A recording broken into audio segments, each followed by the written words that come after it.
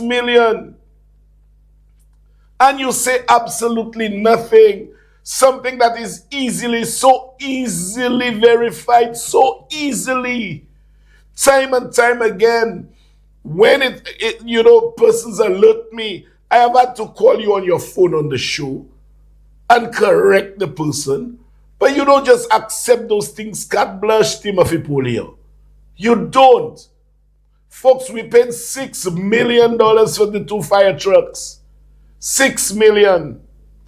And one is a specialized truck for an airport, for the airport.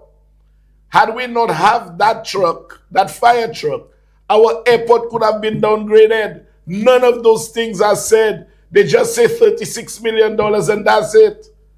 The pot was sold for $1 and that's it. I mean, where are the investigators? Wait, I shouldn't say that because there are some good ones. I cannot wrap all journalists in one blanket. I can't. It's unfair. Because they're good ones. They're investigative ones. They're ones who would go flip the coin or lift up the stone, see what's beneath there, and give you a well-balanced story that approximates factuality. But some of you is Powell Bolawi. You all just make the news. Sadly. And Timothy, you need to buck up on that. So folks, the 2 trucks were purchased for $6 million. 6. Okay, and they had to have been purchased because and I must tell you all, anything you hear Shastri say, don't believe it. Anything, once it comes from Shastri's mouth, don't believe it. And tonight I'll show you a lot of evidence. You all know how I operate. I don't just say things, I show and substantiate what I see. And that is why this show is so credible. I just started, I'm already at 1.6, barely 2-3 minutes into the show. Okay? Good. But I want to start off with saying how pleased I am for the thousands and thousands. Betty, good night to you. The thousands and thousands of persons who showed up at the youth rally of the SLP in the Denver Valley on Sunday. I'm of the view that the 3 new candidates, Danny Butcher of Beaufort South, Lisa Joai of Castries Southeast, and Chandra Harakse, they all possess, firstly, the intellectual base, which in my view is a quintessential feature necessary to be had by all persons entering the political arena. That is my view. That is necessary for anybody who will be representing us overseas. Don't you think so, Albert? Well, it goes without saying, Richard. If you are coming into the political arena, right, the way our politics is configured, you're not just going to be representing your constituency. You may find yourself representing the country overseas. Very good. And so we need persons that can represent us, folks. Don't forget,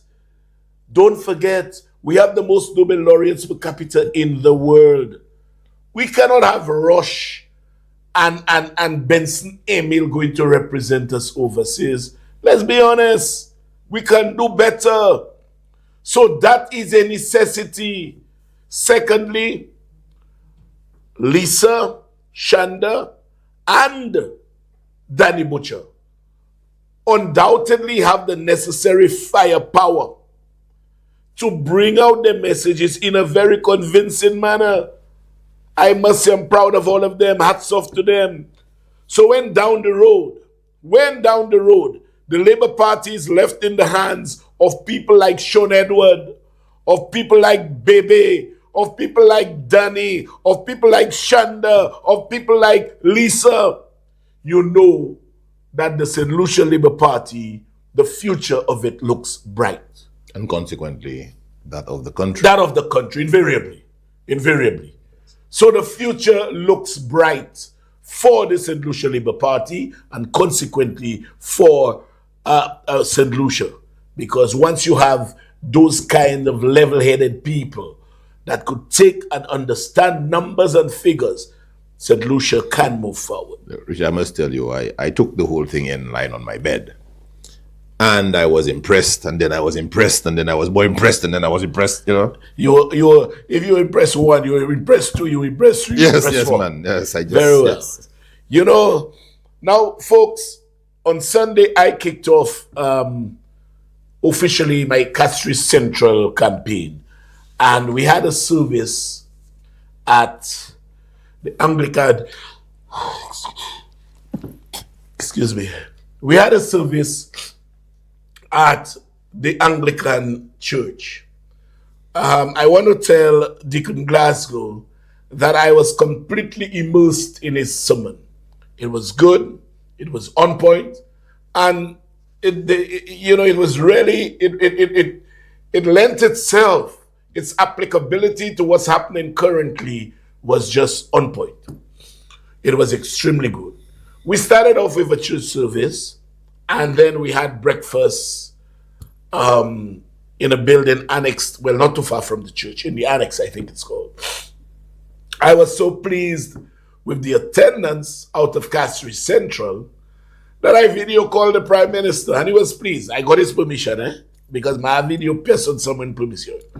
Ek pa fe mwen sa se mounan. Ek mwen last dizo, si ma konen zo pakwe mwen WhatsApp, ma kay weapon. Good, I'm tired of saying this. Good. Now, I video called the Prime Minister and showed him the attendance at the breakfast. I mean, when over 100 people can come to a religious service with you to kick off your campaign, you are doing something good. But guess what? Flubber will say we had 12 people there and it was a flop. That's what they said. Look, Black Boy is laughing because he was there. Black Boy is laughing because he was there. They said it was a flop, Black Boy, 12 people that were there. We catered for 100, food finish, breakfast finish. So that tells you. And they said that the thing in the valley was a flop. All Flabodu is spread lies and propaganda. Folks, I will show you a short video and a picture. You may not be able to see the entire crowd as the greater percentage of people were under a covered area. But it'll give you an idea as to the thousands and thousands of people that were in attendance. Could you put this up for me, please? Okay. This is a drone picture. What you are seeing here, okay, is a drone shot. You cannot see anybody that are under the building. There were thousands and thousands and thousands of people. That's just spillover, you see. That's spillover. And all on both sides of the road. Could you show the video, please? The video clip. Right. Just have a look at that video clip, folks. And like I said, you will not see those people under the covered area because they are inside. But Flubber will say that this event, look at this. They said this event flopped. You know? Ça c'est moun qui passe en toi dedans. You know, there was no room. There was no room. There was no room at all. And Flubber will spread the propaganda that SLP fini la partie ni moun. You know, all those people do, they spread propaganda, lies, and deceit. That's all Flubber do. And whilst they're spreading propaganda, folks, this government led by Philip Joseph Pierre is busy delivering to the good people of this country. And as I speak, the man himself, one of the members of Team RF has arrived. The man, Nikki Cauldron. You can come and show your face if you want, Nikki. When you're ready, just come and show your face. You know, whilst they are spreading propaganda, the government of Philip J. Pierre is busy delivering. This month end, in fact, I asked Dania if they got pay already because she's the one that goes on her phone and she literally, as we say colloquially, mark out the payment of salaries. I don't even know when last I checked if I got a salary, to be honest. I'm being honest, Albert. I know you're being honest. Who you explain this, Albert? You know? Oh, yeah, you're a government minister. Yeah. Sometimes I forget. And then you told me this one, you know, they paid salaries. And guess what? Temporary teachers got paid for August today. Temporary teachers got paid for August today. This is something that had never, ever happened in the history of this country. Richard. Yes, Albert. I heard, in fact, I saw the people of the other side trying to make light of this. There's nothing light about this, Richard. Light of it? There's nothing light about it. I was a temporary teacher at one point. Hey, boy. Yes. So it did not open the card draw. In your temple pocket draw. What's somebody said what? August. But yeah. Who says August? Guy Joseph? Guy Joseph. Either guy or what's his name? The Loram. But come August. Yeah. No money for me. Yes. Right? And you can imagine how long. But long. to me, elections were supposed to have been the 18th of August. That's it, Guy Joseph. August. Yeah. Right. He's the one. Yes. Right. So, but bottom line, Richard, is that come August, right, as a temporary teacher, you would not get paid. So that basically that period where you're off school, you don't get paid for it. Your whole life goes in abeyance, Albert. Yes. Your ability to dispose of this dispensable income. In fact, you have no disposable. Sorry, you have no disposable income. You don't. And you must understand, Richard, that there are bills that don't have the lapse in payment. And the other thing, the bills keep coming. No, but like if you owe courts, courts doesn't say, well, for August, you're a temporary teacher. Temporary teacher. Exactly. Right? And the thing is, Richard, at that point, right, you have not built a capital base yet. To sufficiently cushion. Yes. Once you're temporary, that means you almost live hand to mouth. Yes. So you cannot sufficiently cushion the non-availability of a month's salary. So all I've got to say, temporary teachers, no mind what them flabos saying there, right?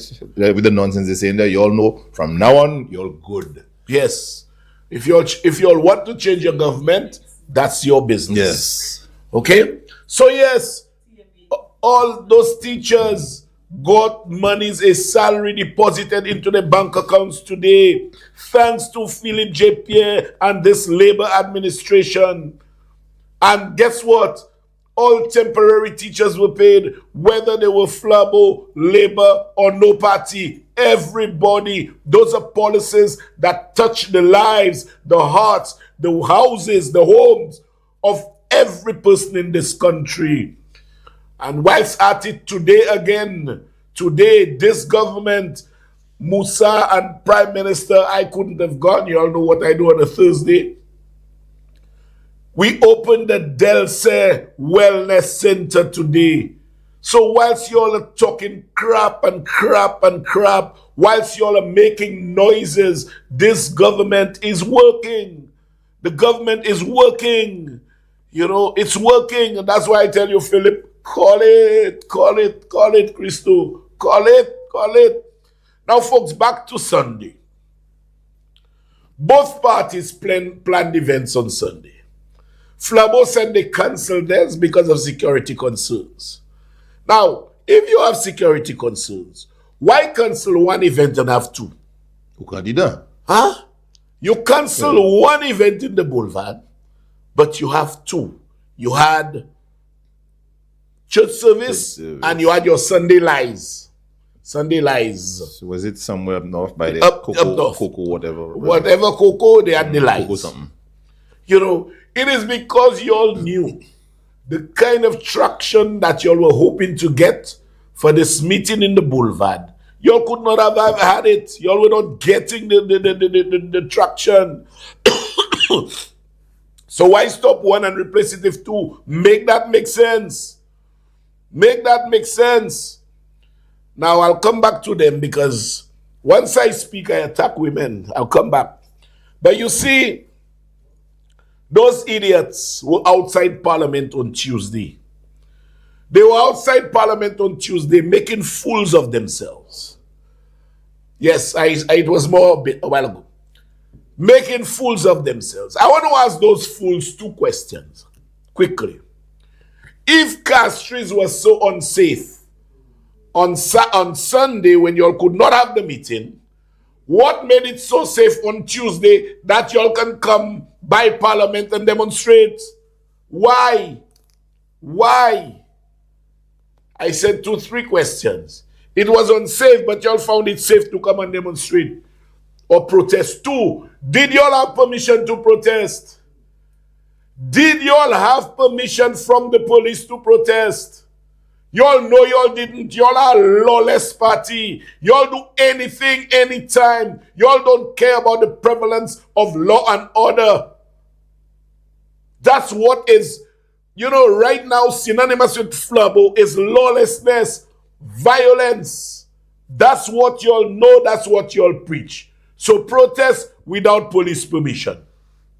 Now, my second question is, are you all aware, if it was Shasta that was in office, if it was the man that you yearned to become prime minister again who was in office, y'all could not have been outside the parliament building? Y'all couldn't have been. Y'all could not have been outside parliament because from day one, Shasta barricaded the entire area, preventing the very St. Lucians who voted for him from coming close to him as he went into parliament. Today, thanks to Claudius Francis and Philip Joseph Pierre, who said, remove those barriers, let our people come close to us. Shasta now has the opportunity to mingle with the very people who he could not have when he was prime minister. So don't take your association outside of parliament for granted. Don't take it for granted, because Shasta, if he ever becomes prime minister again, God forbid, y'all can't come close to parliament. He will barricade all of you. You all need to truly, in your private space, in your private moments, do some introspection. Examine yourself, examine your consciences, and ask yourself, which administration is more accommodating to the people of this country? Ask yourself that. Ask yourself, which administration respects the people of this country? Ask yourself. And then you go down deeper into the echelons of your conscience. You'll remember the term beggars, mendicants, pigs, dog-backing dogs, jackasses, non-entities, monkeys, and other insults that were hurled at us by a prime minister. Check yourselves. Check your consciences. Even went as far after the insults. He went as far as reminding us of our sordid slave past, and he reminded us of the inhuman treatment meted out to our ancestors, because he suggested that democratically elected members of parliament should be flogged, and turned around and told us that the inhuman treatment our ancestors received at the hands of their ancestors were justified because colonialism had a conscience. It was not that bad. Colonialism had a conscience. It wasn't too bad. Excuse me? Well, Dominic Fede, you remember Dominic Fede said that we should be proud of slavery? Really? Yes. Rick Wayne had that. He was on Rick Wayne's show. We should be proud of slavery. We should be proud of slavery. Dominic Fede said that. Yeah. But anyway, forget Dominic. He's a little ignorant boy. Oh, Lord. Folks, how can any right-thinking black person, how can any right-thinking black St. Lucian, born St. Lucian, of African heritage, support this man? How can you support a man who has shown blatant disrespect and has insulted us time and time again as black people? He will never call white people monkeys, will he? No. It's a term that is used to degrade black people to the lowest of the low. How can you quite honestly support this man? And after the man lost the elections in 2021, He was bold enough, having gone in political hibernation for a while, not coming to parliament. When he eschewed, as we say colloquially, he was bold enough to say that people of his class did not support him. People of his class. You know, people think, man. Think. People of his class did not support him. So essentially, Shasta is telling you he's not of the class of our black people. Yeah. You know, and you want to dog after this man? Huh? You want to dog after this man? There's nothing wrong in being white. There's nothing wrong in being of any race, color, or creed. But when you are using your race as a superiority factor over us as black people, I have a problem with that. I am not racist. I'm not. But to use all those derogatory terms to refer to my people is hurtful. And then those same people want to turn around and make you, that call them monkeys, prime minister. Albert, what do you think of that, man? No, Richard, I mean, when the man, first of all, he says that the people, when he mentions the people of his class, right, that obviously tells you that we are not of his class. Exactly. No, I'm not of his class. I don't want to be of his class, right? But the man is already telling you, and what he's claiming is superiority. Exactly. That's what he's claiming, superiority. Of course. Now, what I see of Shasta is that Shasta sees he's a classist, you know, so he claims that he's above, yes, and it's all about money as well for him, and of course his skin color, the hue of his skin. Yes. That's what it is for him. Because what else makes Shasta superior to anybody? Certainly not his intellectual ability. Right? Yeah. Now, I'm not saying that he's superior to anybody, because he isn't, as far as I'm concerned. He's not. Okay, right? Because how I evaluate this thing, Richard, is really the content of your character and your intellectual ability. That's correct. That's how I evaluate this thing. Yes, man. So folks, when a man could tell us that his class did not support him, it immediately presupposes that there is division in this country. There are classes in this country. The upper class and the lower class. There are classes. His class did not support him. How can you follow this man?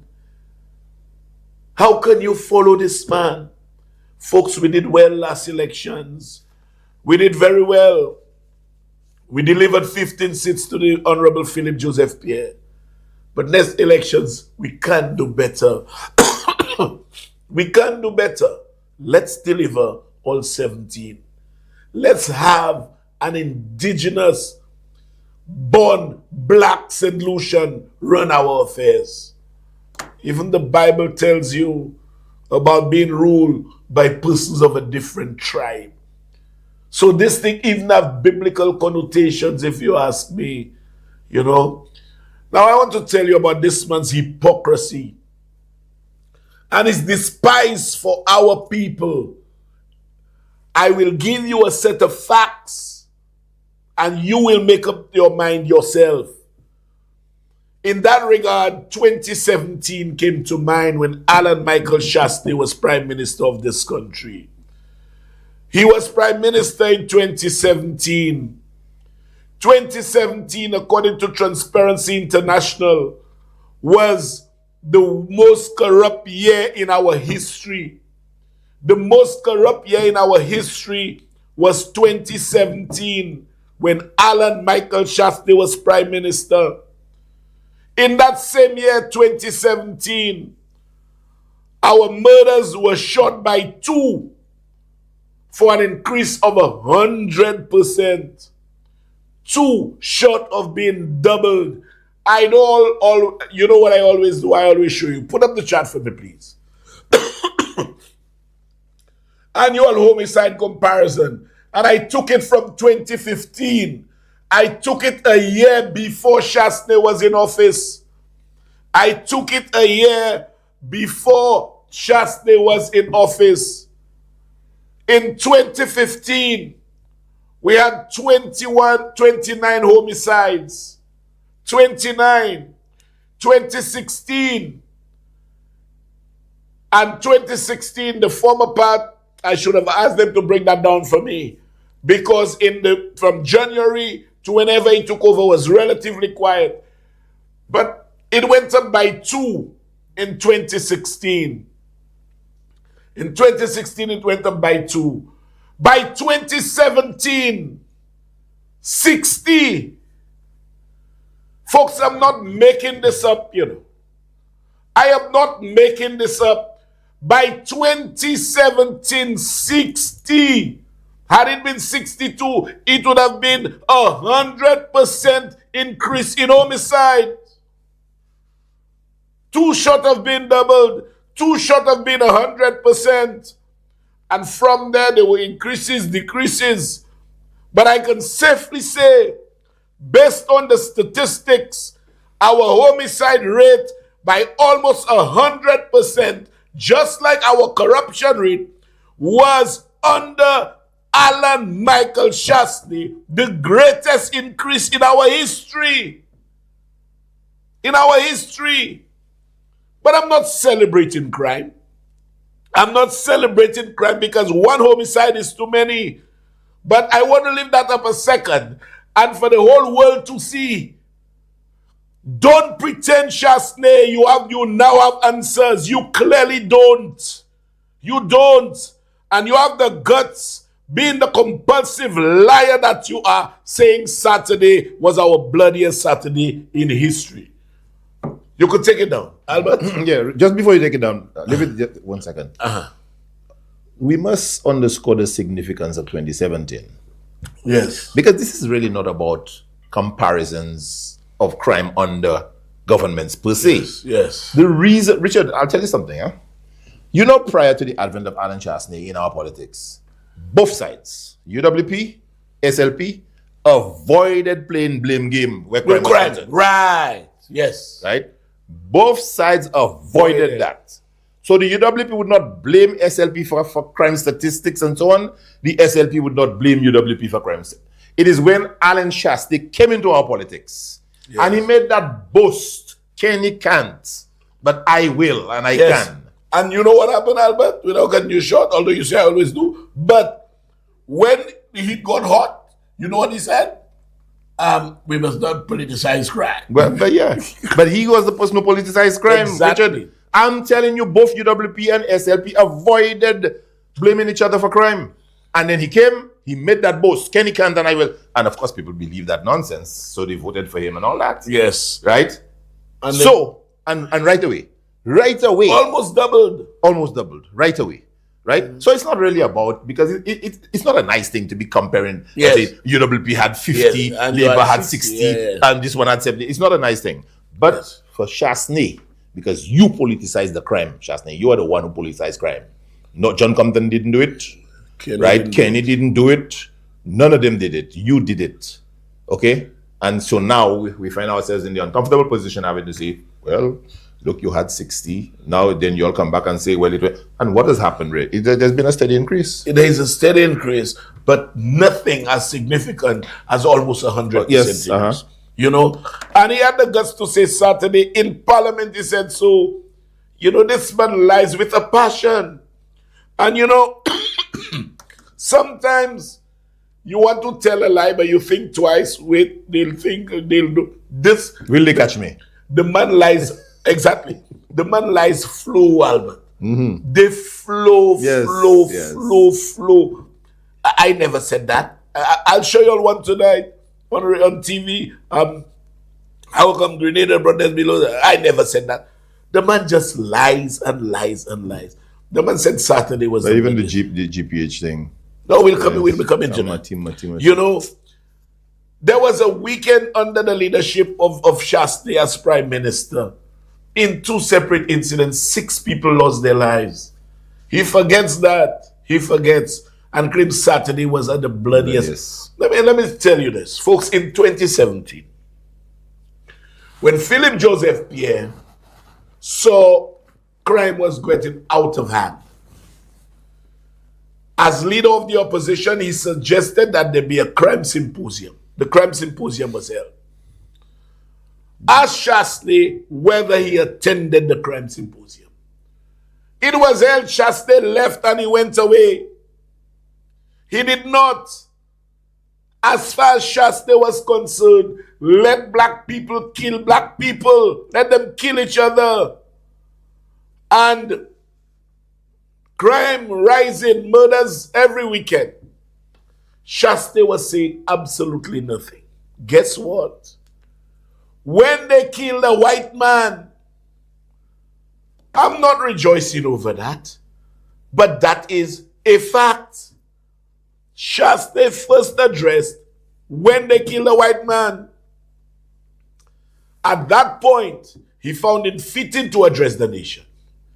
You know, the same man who said, Kenny cannot fix it, I will. I will what? Fix what? You know? And in your first whole year, you have homicides increasing by almost 100% short of 2. You know? And then you all will see you must not politicize crime. You're all hypocrites as you are. You know? But Shasta, you said one thing with which I agree. I must agree with you when you said, let's not bring criminals into government. I agree. I agree. But I'll tell you this.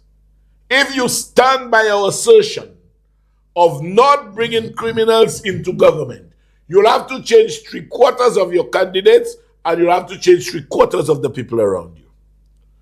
Okay? Because I'll ask you a couple questions. There is a man who was arrested and charged for stealing the proceeds of a trail, the Pito Trail in Soufrière. He was arrested and charged. Where is he? He's in Flabo. You know that? He's in Flabo. There is a man who bailed 2 men. He bailed 2 men who were charged for kidnapping after they took a man and brought him to that person's pig farm, alleging that he had interfered with the man's jabal. Where is he? Goods at the man's jabal's place. Goods at the man's jabal's place. Whatever goods that we don't know. if it's lache cochon. I don't know. I have no clue. That goods. And where is that person? He's PRO of Flabo. Where is the daughter of that certain person from Viewfort? Candidate for Flabo. You know who was King Tiger of the Valley? Ask who is his. Because his brother is a candidate for Flabo. You know, Shasta, I could go on and on, you know. I could go on and on. You know which of your candidates find out was beaten because of a drug deal that went bad. You talk about Zotpaka hot. And by the way, I never owned any boat going to Trinidad, neither did my father. And it ended up in Venezuela. Don't ask me what they went and do there. You know? Now, have we got the hospital supplies back yet? The St. George Hospital supplies.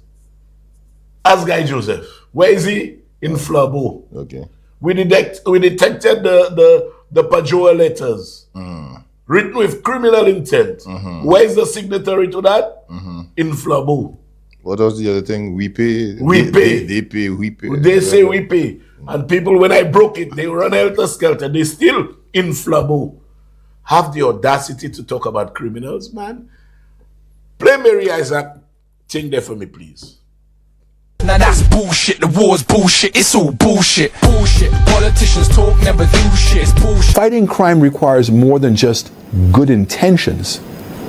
It requires resources, technology, strategy, and most importantly, the political will to make the hard decisions and to never be seen as facilitating crime. Victor Maurice has been described as a loyal member of the United Workers' Party who was closely affiliated for several years. From 2015 to 2016, he served as chairperson of the Castries South constituency branch. He was a man who saw persecution. Something is wrong in this country, and God will take the helm of this country. Dad was shot by an assailant hiding in the dark. We will not forget how he stood up both against evil and even after being shot. As we know to be true, you know that there are people who are paying for people to be shot.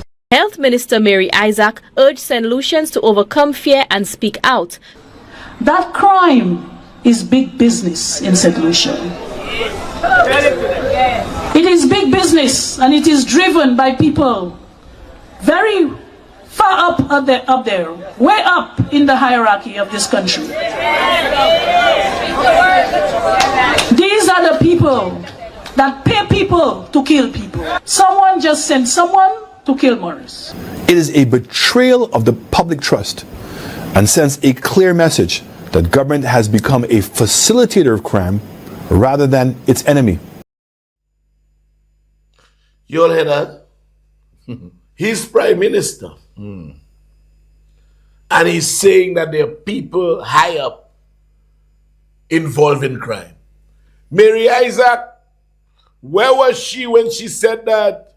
Where was she when she said there are people high up in government committing crime? She was a minister, of course. She was a minister, and Shaste was prime minister. Prime minister, yes. I wasn't there. I wasn't in Flabo. I was out of government. She was a minister in Flabo cabinet. Imagine. Ubaldas, what did he say again? Let's play Ubaldas quickly. It's not long. I had to cut the clip. Play Ubaldas.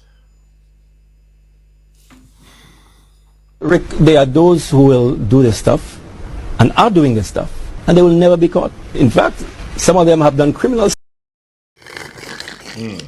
Play that again for me. Play that again. Play that again. There are those who will do this stuff and are doing this stuff, and they will never be caught. In fact, some of them have done criminal. But you cut it there. Yes, it was, yes, lengthy, yes, okay. yeah. It was stinging a bit. Let me just say this.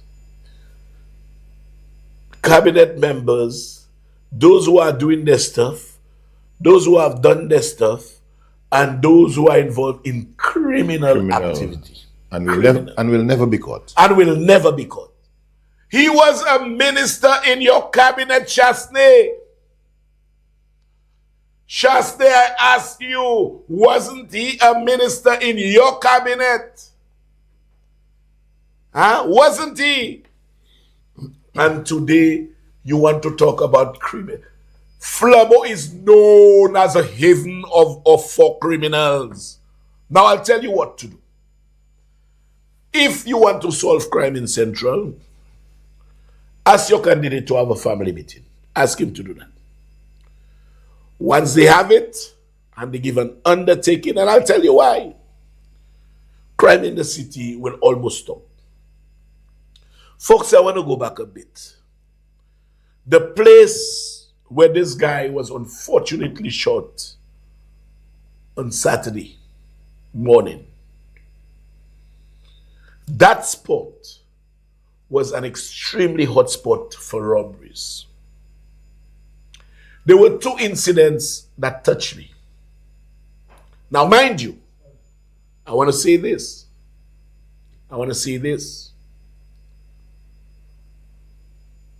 All the guys who used to line there, I had DACs to give them work more than once. Prepare a little something for them, rather than the crime. But there's an old saying, you can take a cow to the river or a horse, you can force it to drink. I gave them work to kind of pull them from criminal activity. That did not work. I tried. Two incidents occurred there, and I basically pulled the rug under them. They robbed a white woman in a wheelchair. Okay, right there. It touched me because the husband stood by helplessly as all those thugs assailed him. Then there was an old man who the guys robbed. After they robbed him, he fell and they were kicking him on the ground. So that spot was a hot spot. On several occasions, I went there, I spoke to the guys. I told you all about another place where I spoke to the guys. One gave me talk, and eventually he met his demise. I spoke to the guys. I remember on one occasion, after telling the guys, stop liming in that area, the one who met his demise on Saturday, along with Solomon Clark, Rush's first cousin, they gave me endless talk. I'd given them work before, but I told them, yes, I gave them work. I told them, gentlemen, stop liming in the area. This is a hot spot. You all are making the place hot. Because the guys do almost anything. They do people a lot of stuff. Now, when people are hungry for revenge and you go and fit yourself between innocent people may get caught in a crossfire, as was the case on Saturday. So I spoke to the guys. I said, gentlemen, you all are putting people's lives at risk. Stop liming there. And they gave me pressure. They rebelled, almost threatening me. What did I do? I immediately placed I painted the entire place, make it look good, show the paintings, and then I placed no loitering signs. This is the area there. I painted them nicely. You see how I painted them nicely by the taxi stand? I painted the bollards in red and white. I painted all of that and showed them the no loitering signs I placed there. I placed no loitering signs on all the buildings. All the buildings. Folks, I knew exactly what I was doing. I did that because I know those guys are putting innocent people's lives at risk. Those guys are hot. They do people things and expect to lie as though everything is okay in the open. And they are among innocent people as though they themselves are innocent. And when I warned them, they gave me pressure, they gave me talk. And if the one who was killed on Saturday had just taken my counsel, taken my advice, stop liming there, he probably would have been alive today. I've had officers placed there. I did whatever when resources permit in terms of the police. I did whatever I could have done to prevent exactly what happened there on Saturday. Now you will not believe it, folks. After I did all of that, the guys are liming there. The shop, put up any one of the pictures to me. The shop, that wall you see there, put up one of the pictures to me, please. I just want to show good. Where that van is parked there, folks. The first, you all see a little shed there behind the van. The first shop there is Horace Walter's shop. His liquor shop. The guy's lime right there. But you all will not believe they broke into Horace Walter's shop and stole endless of the man's alcohol. And at least one is charged. Rush Clark's cousin is charged for that. Solomon Clark, who was there on Saturday, who ran actually, and they told me he did a Usain Bolt on Saturday, which is very good. His life was at risk. Because if the guys came there and they shot his friend, likely they would have shot him. Told me he jumped a fence like he was, Usain Bolt. It's good. But I'll get the footage.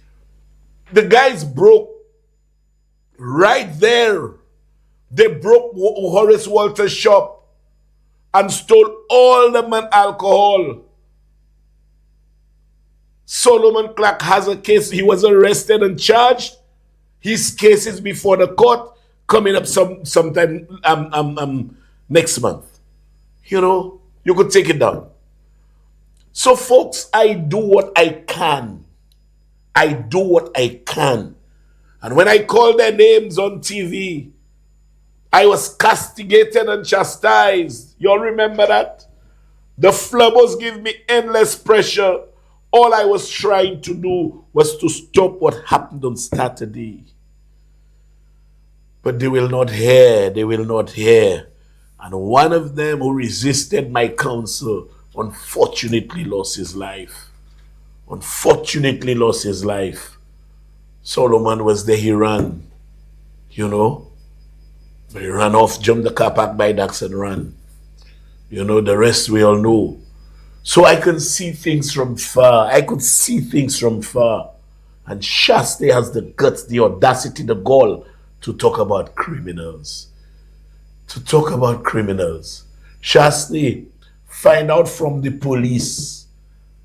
The man you sat on the bike with in Grozile, who was the rider. Find out, Shaste, whether he's wanted by the police. I didn't say he is, but find out. I didn't say he is, but find out. And you all talk about criminals. You all have too much guts, man.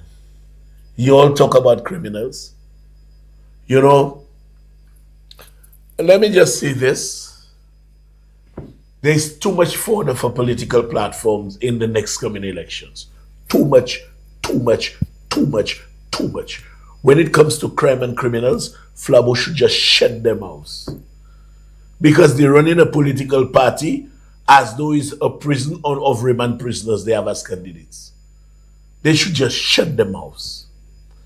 And yet, I am the one they will call criminal. I am the one they will call crime boss. I am the one involved in all kind of activities, despite not having 1/8 or an iota, a dint of any kind of possible conviction for anything at all. I have no brother, no sister, no immediate family members who have ever been arrested, charged, or been to prison for anything. No robbery, no rape, no murder, no possession of marijuana, cocaine, or anything. Nothing in relation to crime.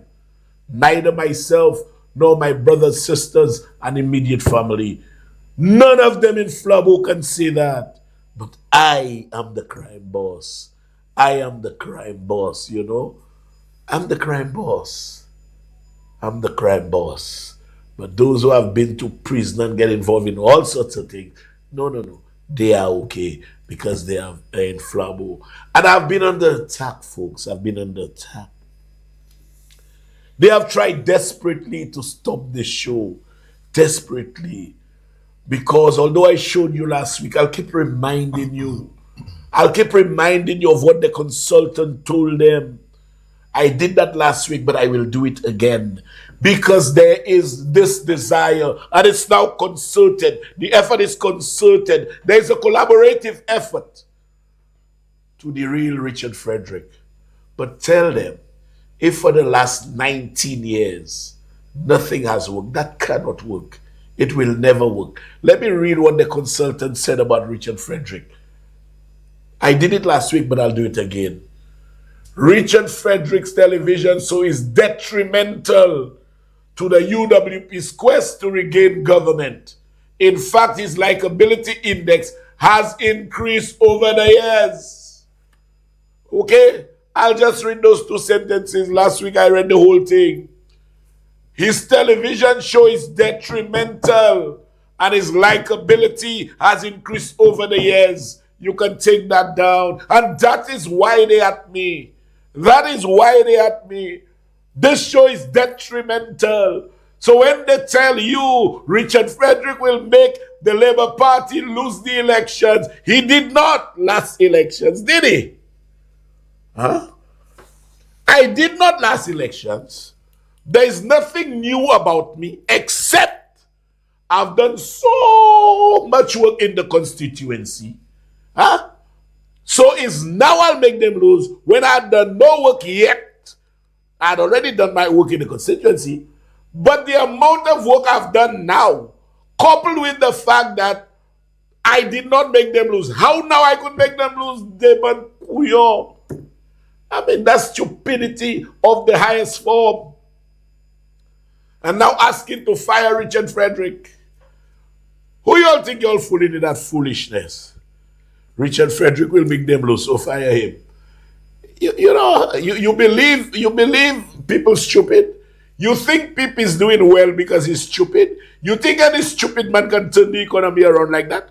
Huh? 5 years of consecutive growth? You think it's any stupid man that can cause unemployment to reach the lowest in the history of this country? You think he's stupid? I didn't make them lose last elections, did I? And now that I've done so much work and assisted in the development of this country without any kind of scandal, you all just make up what you all say and call it scandal, the banana scandal. That's a candle, not a scandal. Because I'm sure NHC, after 57 years, having its own office without owing a penny and stopping the payment of $12,000 a month in rent is something that they admire me for. So, nonsense alone. Nonsense. And folks, I spoke and is now getting into the meat of tonight's thing. I spoke of many attempts by Mac Maraj to stop the show, to stop it. Many attempts. He'll sue me several times and then sue NBC and Flow and dangle a carrot and say, look, if you withdraw the show from the airwaves, I'm withdrawing the case against you. Nothing has worked, nothing. They have used Dale Elliott, come in and put me in impact report. My name isn't there, and then produce a document for circulation on the propaganda machine, social media. But I came here and I tore it apart. And now they use Lisa Joseph. And now that Eldris girl come from where she come from and wants to come on the attack. I've been attacked by all and sundry, but we have to go for a break. Don't go far. We'll be right back. It's getting hot.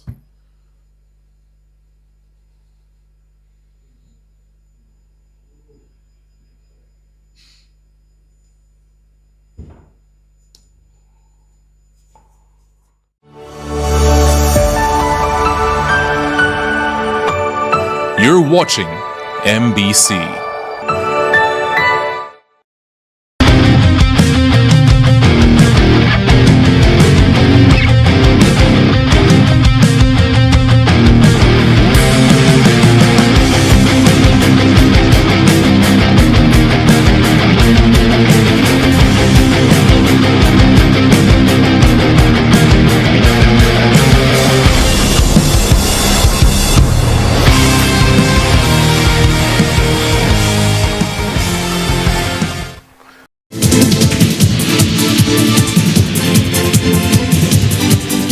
Numbers for the evening draw of Thursday, 21st August 2025 were tic-tac-toe 4, 5, 6, 7, 17, 18, 19. Big 4 1, 2, 9, 8. The Big 4 multi-X ball drawn is FP. Pick 2 0, 8. The Pick 2 multi-X ball drawn is 2X. 1 off 5, 4, 8. Lucky 3 6, 6, 9. The Lucky 3 multi-X ball drawn is 2X.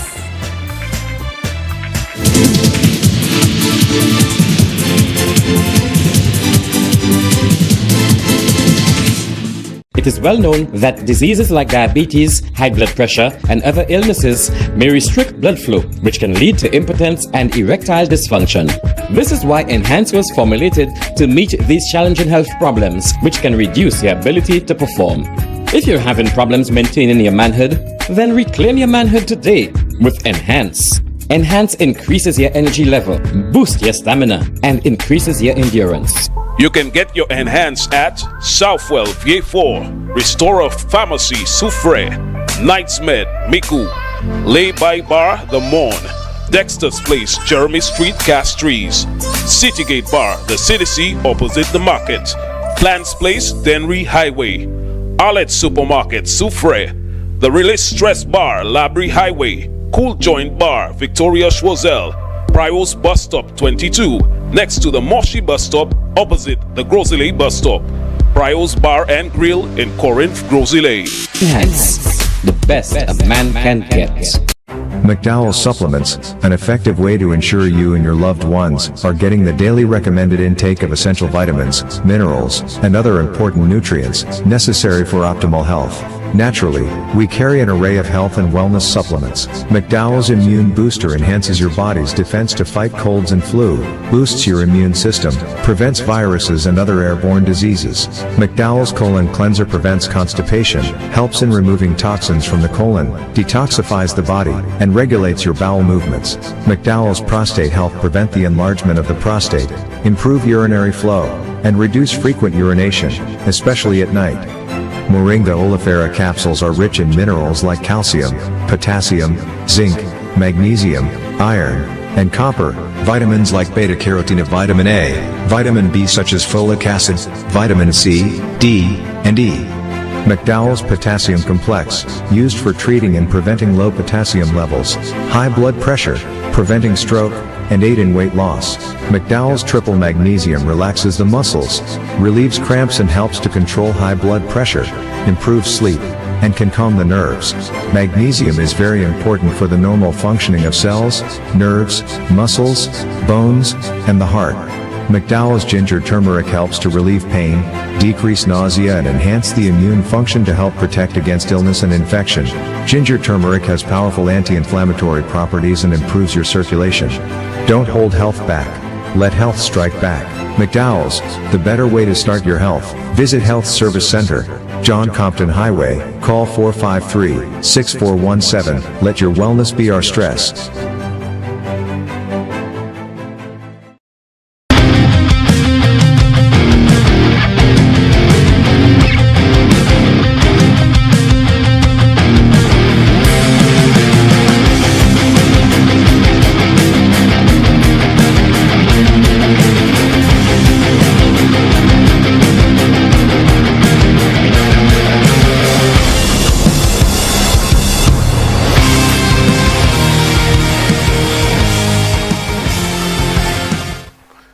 Yes, folks, we are continuing the shout-outs.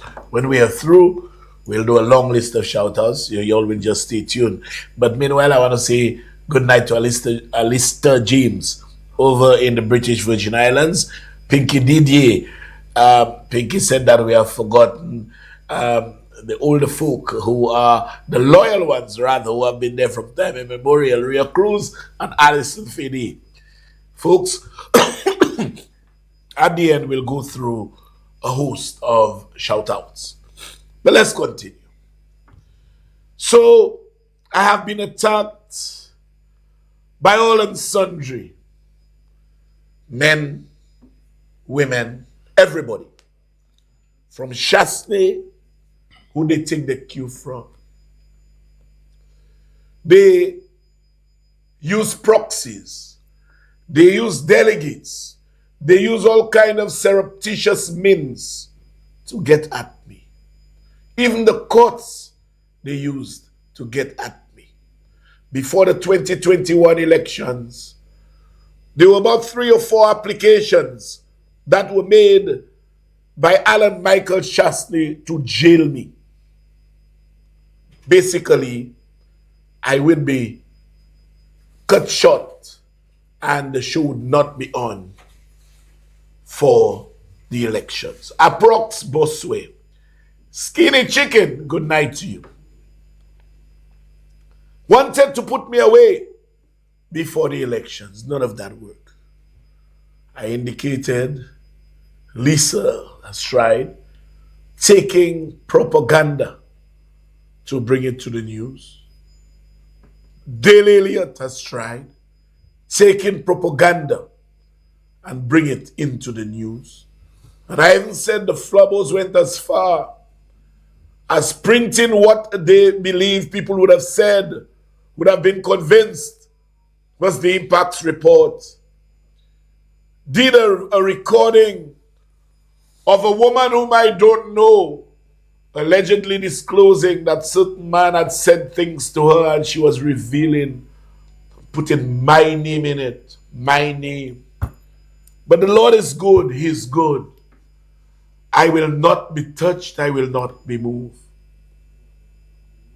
Shasta has called me all kinds of names, has implied all sorts of things about me. At a meeting, I'm doing a cemetery in Bexford, the Northern Cemetery, which I started. And you should have heard him, and then he held back. I'm building tombs for, he held back. So this white man has recruited a host of black people to fight another black man.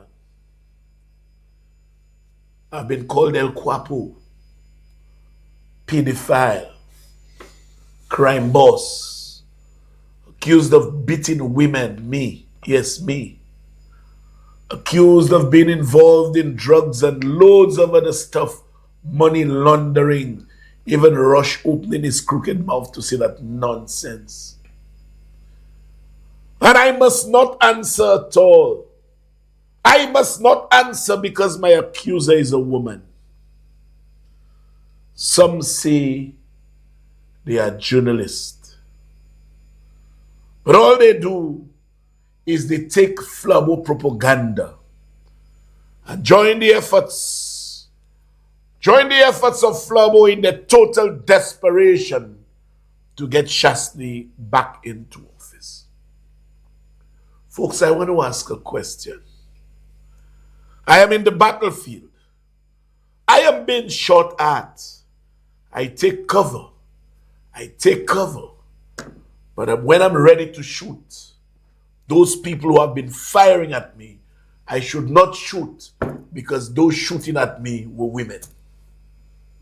I should not shoot because those shooting at me were women. If you ask me, absolute nonsense. I will return fire. I will return fire without fear or favor and irrespective of gender. I will. Before I'm a minister, before I'm a politician, I, Richard Frederick, am a human being.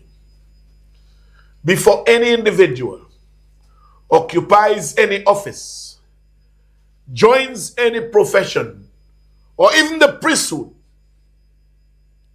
first and foremost, that individual is a human being. And all human beings have feelings. All. So when Lisa Joseph, without linking me or my family in the slightest of ways to any factual criminal conviction, because they don't exist, when you cannot link me to a factual transpiration, an incident that carried a flag of criminality, but just look at me and repeat propaganda, crime boss, I am supposed to take it. When you want to channel it into the news for the world to hear. For the world to hear. Because your news go on social media. You want the world to read that you're asking the prime minister of a country about a crime boss who does not have a single conviction, who has never been arrested, whose house has never been searched, who has no brother or sister involved in any kind of criminal activity. I must take it and smile. Doesn't happen so. It doesn't happen so. And so, when I responded, persons go up in arms. They go up in arms. But I'll tell you what, there are more women, there are women like men involved in the underworld. Women like men. So don't believe you will take me, throw me into the world, put my family, my children, let them read on the internet things that have never happened. My daughter is a doctor in the US. When they flip that book and they see Richard Frederick, what will they ask my daughter? Your dad is a crime boss. I must let Lisa escape. I must let everybody escape because they are a woman. No. No way. No way. And likewise, I respond in that fashion. And what's her name down in Viewfort? Laura, I'm coming to you. Call me a pig. You want a pound of my flesh? I'm coming to visit you. I'm coming to visit you. Not because you're a woman. Because when they read what you all said about me, persons will have the opportunity to read my responses to you.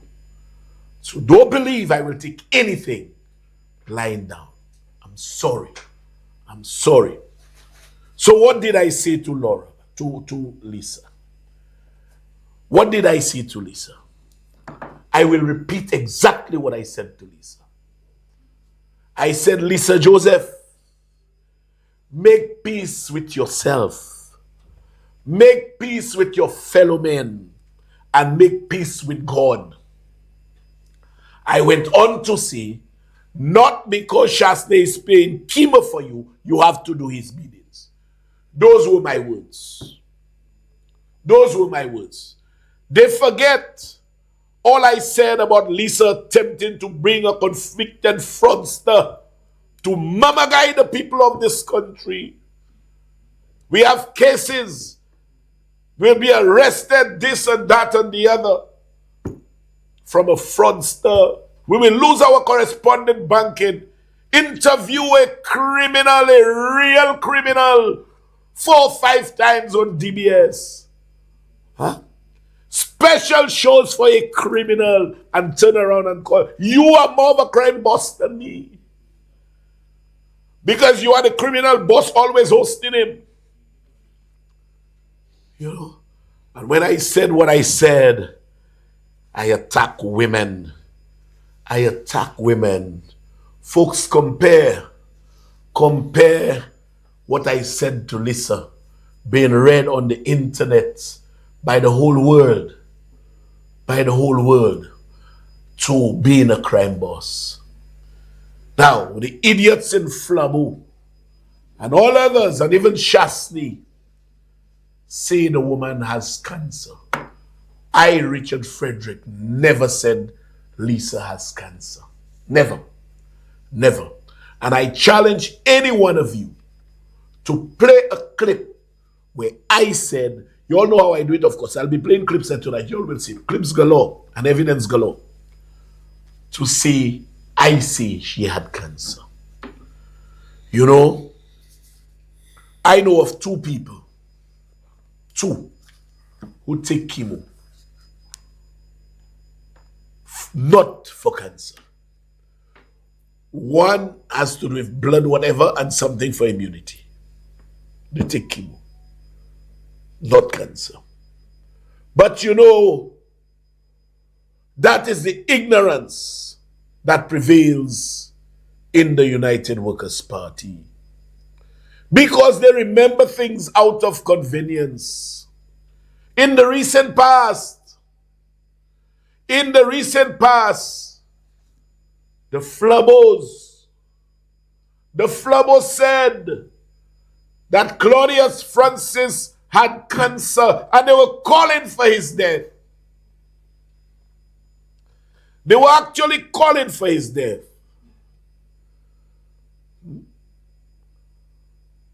I never mentioned cancer. Y'all don't remember what y'all said to Claudius? Y'all are two hypocrites. That is what y'all do. You know? And then y'all attack me left, right, and center in the name of being a woman. I'm sorry. If you fire at me, I will return fire. Man or woman. And I never look for Jean-Pierre. I don't want no boys club, no scout club, no man's organization, no man's... I don't want nobody to help me. But you all hit me and you all run and look for cover. All sorts of names. One even said one time I had a stroke and she had evidence of it. I was currently at the hospital and unable to speak. That never happened. I have been under fire. I have been under fire. When she said I was at hospital, I was at my house. I was at my house. So the women in Flabu, they attack me so much. Right now, they even attack each other. Yesterday, on Tuesday rather, Sarah was giving an interview to a woman. You must hear how Sarah attacked the woman verbally. And in that same clip, you will hear how she attacked Rick Wayne. But no, woman can attack woman. Woman can attack man. But man should say nothing about woman. That's the fallacy that pervades your mind. That's the fallacy that pervades your mind and your mind alone. Because any smart woman, any intelligent woman, the women in Central Castries know I treat them very well. I don't raise my hand on women. I assist women. That's what I do. But don't attack me under the cover of being a woman. Play that Sarah clip of yesterday and on Rick Wayne for me, please.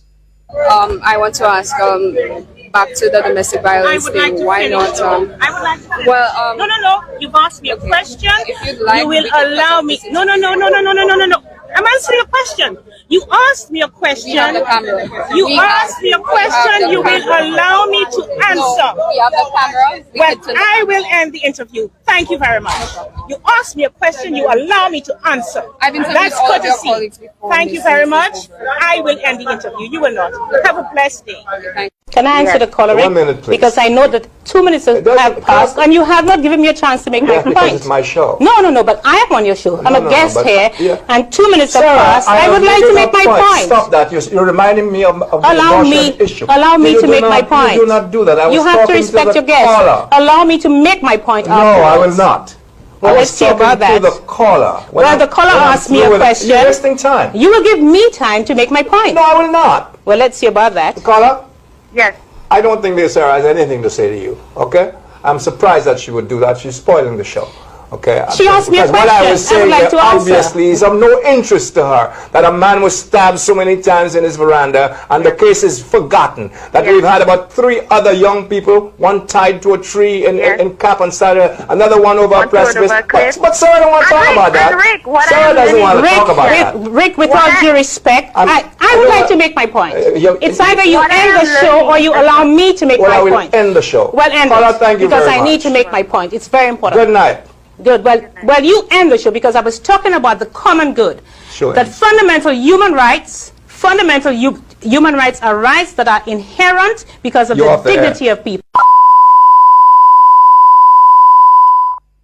Can you imagine if it was Richard Frederick? Can you imagine that? Women attack women in Flabo. I read the scripts, but that's okay. A woman can attack a woman. Now, I have nothing against Ezekiel. I want to say this. But I want to show another example of when a woman allegedly was attacked by a Flabo minister. In fact, she claimed, I'm making no statement of truthfulness as it relates to that. But I just want to show the hypocrisy of those people in the United Workers' Party. Play that clip for me, please. The man grabbed me. He tried to take off my shirt and tried to kiss me. And you're telling me that I must stay with people like that? Very skeptical of any comments that are being made during a political season that being made at this time. You know, at the end of the day, the party has some very high standards, and we're very committed to bringing change to this country. We're very concerned about what's happening with some of the more vulnerable people in our society, the unemployed, with the pensioners, and the people who are below. So, folks, you see what is happening. You see the hypocrisy. Where were the United Workers' Party women's arm? Where were they? In fact, I can tell you, Joycelyn, I have the script. Joycelyn Fletcher said it was a bogus accusation. That's what Joycelyn Fletcher said. That's what she said. So it's okay. Everybody in Flabo can attack who they want. But nobody must attack a woman in Flabo. Spider attacked Emma Hippolyte. He called her granny. And he said, I am there competing with somebody who can't even walk. You want me to run against her? Emma burst his backside. You know, you all didn't remember that, so much so that the St. Lucia Labour Party had a release in that regard. Spider calling Emma a granny and she can't walk far, let's run for the seat. That is the hypocrisy of the United Workers' Party. That is the hypocrisy of the United Workers' Party. And here comes Marcella Johnson. You want to say anything on those things, Albert? Yeah, let me just yes, say, definitely. concerning the allegation made by Ginny Compton. I mean, look how dismissive Shastne was of this. Very dismissive. Yes, very dismissive. Now, to her credit, not my favorite person, Sarah Flood, but to her credit, she did speak to that and said it has to be investigated. Yes. Right? But Shastne was just dismissive of it. And you made mention of other members of the UWP and so on, the women's arm and all of that. Right? They never took a position supporting women, women in that matter. They never did. Exactly. You know, and today, and you know the curious thing, Richard, and you might have noticed, Richard, that even whilst we've been here, I've never mentioned Marcella. Because going way back, Marcella and I, we good. You know, going way back, you know, good greetings to each other and that kind of thing. And I hope that doesn't change, but this is politics. Marcella, you've come into the politics. But Richard, Marcella attacked you. Exactly. Right? We've been doing the program. Nobody mentioned Marcella. Exactly. I've been here. Never ever mention your name.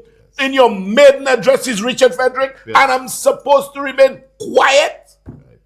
No, it was not even her fault. Or she's following the script. Well, I think she was following the script. But the bottom line is that you're not part of their thing.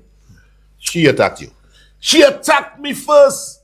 And I heard that other one saying, oh, Marcella is good, Marcella this, Marcella that. The woman attacked me and she had a live by the thing and I see one. Anyway, that's another issue. You know, you attacked me, woman. I don't know you. I never called your name. On your maiden address is Richard Frederick.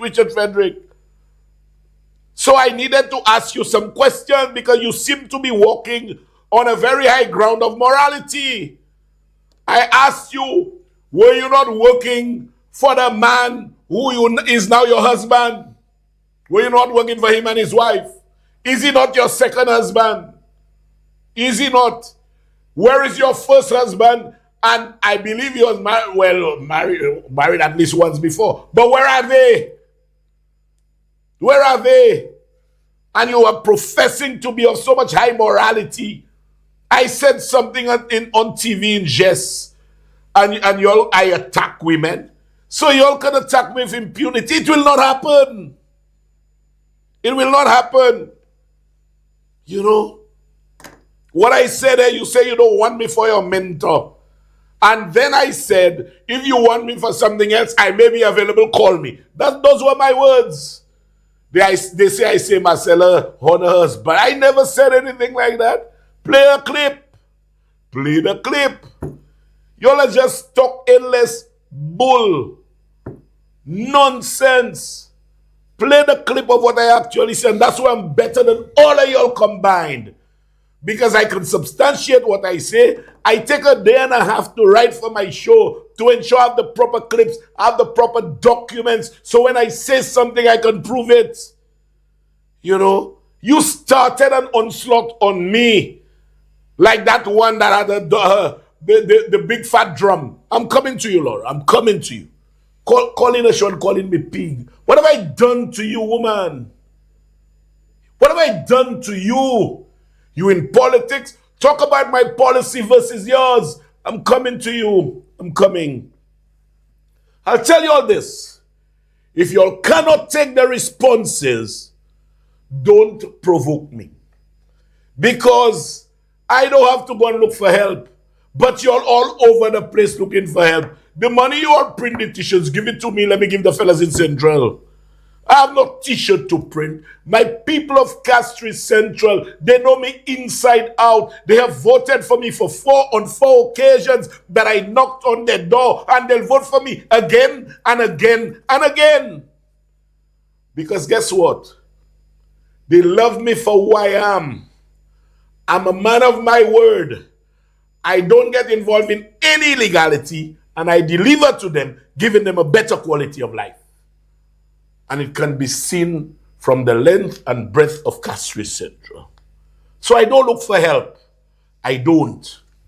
But you see, that is what you all do. I want to play a clip to show Marcella who will end her political career. Baby, good night. Marcella, you're so stupid. You are so stupid. Something we had made a pronouncement on, you said we never spoke about it. That is how short-sighted, how myopic you all are. You all do no research. None at all. But you come on TV and say we didn't take on this on sanitary napkins, when sanitary napkins was part and parcel of the entire basket that the Philip Jean-Pierre administration removed VAT and everything on, and now he has made it permanent. But she said, after we did that, she said we never, making a big fool of yourself. Now where Bebe Finipu? When you see Bebe finish if you? It is something that was done in 2023. That's correct. And she recently said on the 18th of August. 18th? 1st of August. 1st of August. Play the clip for me, please.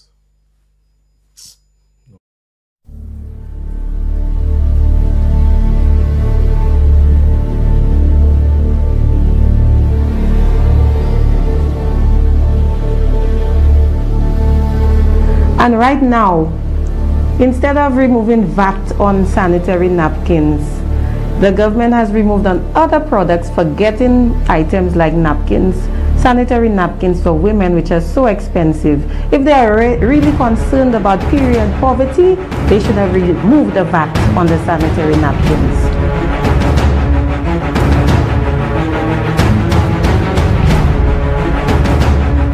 In a significant step, on the 96.19 figure, sanitary towels and napkins and similar articles of any materials, Mr. Speaker. These are the things that are significant, Mr. Speaker.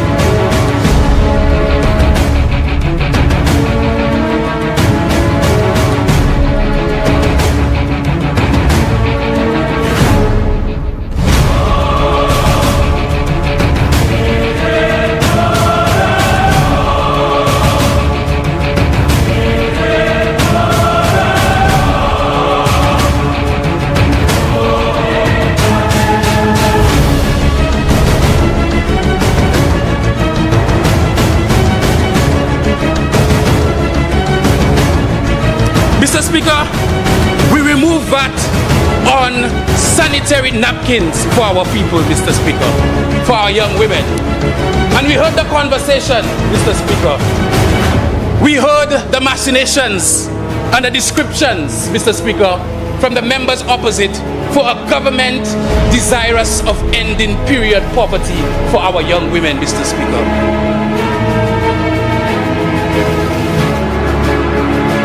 Asking you this question as a man. It's not a lady that's the Minister of Education. Will the schools have to report to you so you can know how many young women in the school got their periods during the time that they were in school?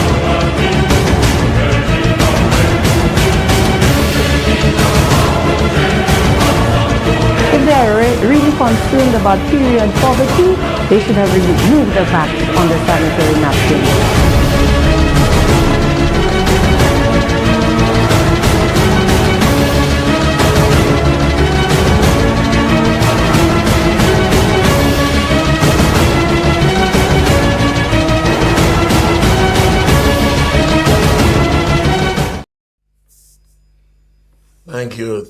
Thank you very much, Daniel. Yes. So, folks, Albert, isn't that what those people should be doing? Speaking about policies and issues and say what you will do, rather than Marcella, Richard, Laura, Richard. Come in. But, Richard, you were in Parliament at the time. I wrote a little piece on Facebook, and it was in response to something Bradley said in the Parliament. When Bradley stood up and said that Marcella is right, and Marcella is completely wrong, right? Because what Bradley was saying is that as we speak, right, there is VAT on sanitary products. He's so stupid that things are on the supermarket shelves already. Precisely. So this the consignment, because Richard, and I made the point that look, it would have been desirable for the government to have dealt with it before now, so it would be seamless. Seamless, yes. But it is not too late either, right? Because it is expected that the consignments, which were before the 1st of August, which would not have attracted VAT, right, would have lasted until all now. They should be lasting all now. Precisely. They should be going down into maybe another 2 months. That's correct. Right. But again, that's the myopia of those people. So you have something on the shelf today that's 0 rated or VAT exempt, and the expiration date for the concession expires tomorrow, so that the retailer will go and change the prices. I mean, that's ignorance. No, but there are retailers, there are unscrupulous people who may do it. Yes. But that is not the fault of the government. Yes. You know, nonsense. Now, folks, again, Marcella, those are the things you should be doing. Don't just come into politics, Richard. And when I fire back, you're going to print t-shirts. You'll have a lot of t-shirts to print, you know.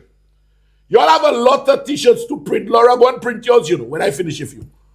You need to go and print yours too. But before saying that, folks, let me remind you all of some things. When Guy Joseph shunned Jenica Simon, I say I have no intention of speaking to you. That was okay. That was fine. When a fella in Flabo told Treasure Lionel that he feels like spitting on her, you'll forget that, Flabos. You'll forget that. There's also another Trisha Lionel, because that one you speak of was in Peru, up that side. Peru, yes. But there's another Trisha Lionel incident in Choiseul, Lafargue, where the chap said he's going to assault her. I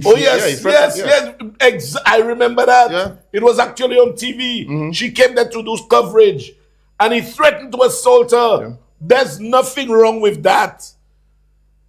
You know, he had threatened her to eat her with a stick. There's nothing wrong with that. So the criminals are in Flabo, nothing wrong. Flabo can threaten who they want. Flabo can insult women anytime they want. Flabo can do as they please. But once you retort, they cry foul. According to Guy Joseph, if you all start crying, you all just start to cry. Let me say a quick good night to Antonius Remy, Cutty Ranks, good night, Chelsea, MacArthur, good night to you, my brother. Osbert, good night to you, Osbert, Waterworks Road.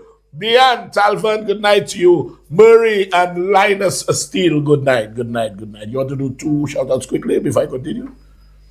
Just one. Val, good night. Hey, Val, you alive. They bring chicken there, Val. You can't even eat yet. Now, folks, Laura. Y'all ever hear me mention Laura's name in the studio? What's her name, Laura Jean-Pierre? Laura Jean-Pierre. I challenge anyone to tell me or to play me or to prove to me any clip where I have mentioned this woman's name. But she jumps into the arena and started an onslaught on me. I've never spoken to her. I'll recognize her by a 600-pound figure. But I have never said anything to this woman. Yesterday, Tuesday, I heard her myself. Richard Frederick this, Richard Frederick that. Either I or we, I can't quite recall, I can go back to the clip, want our pound of flesh. I heard that myself.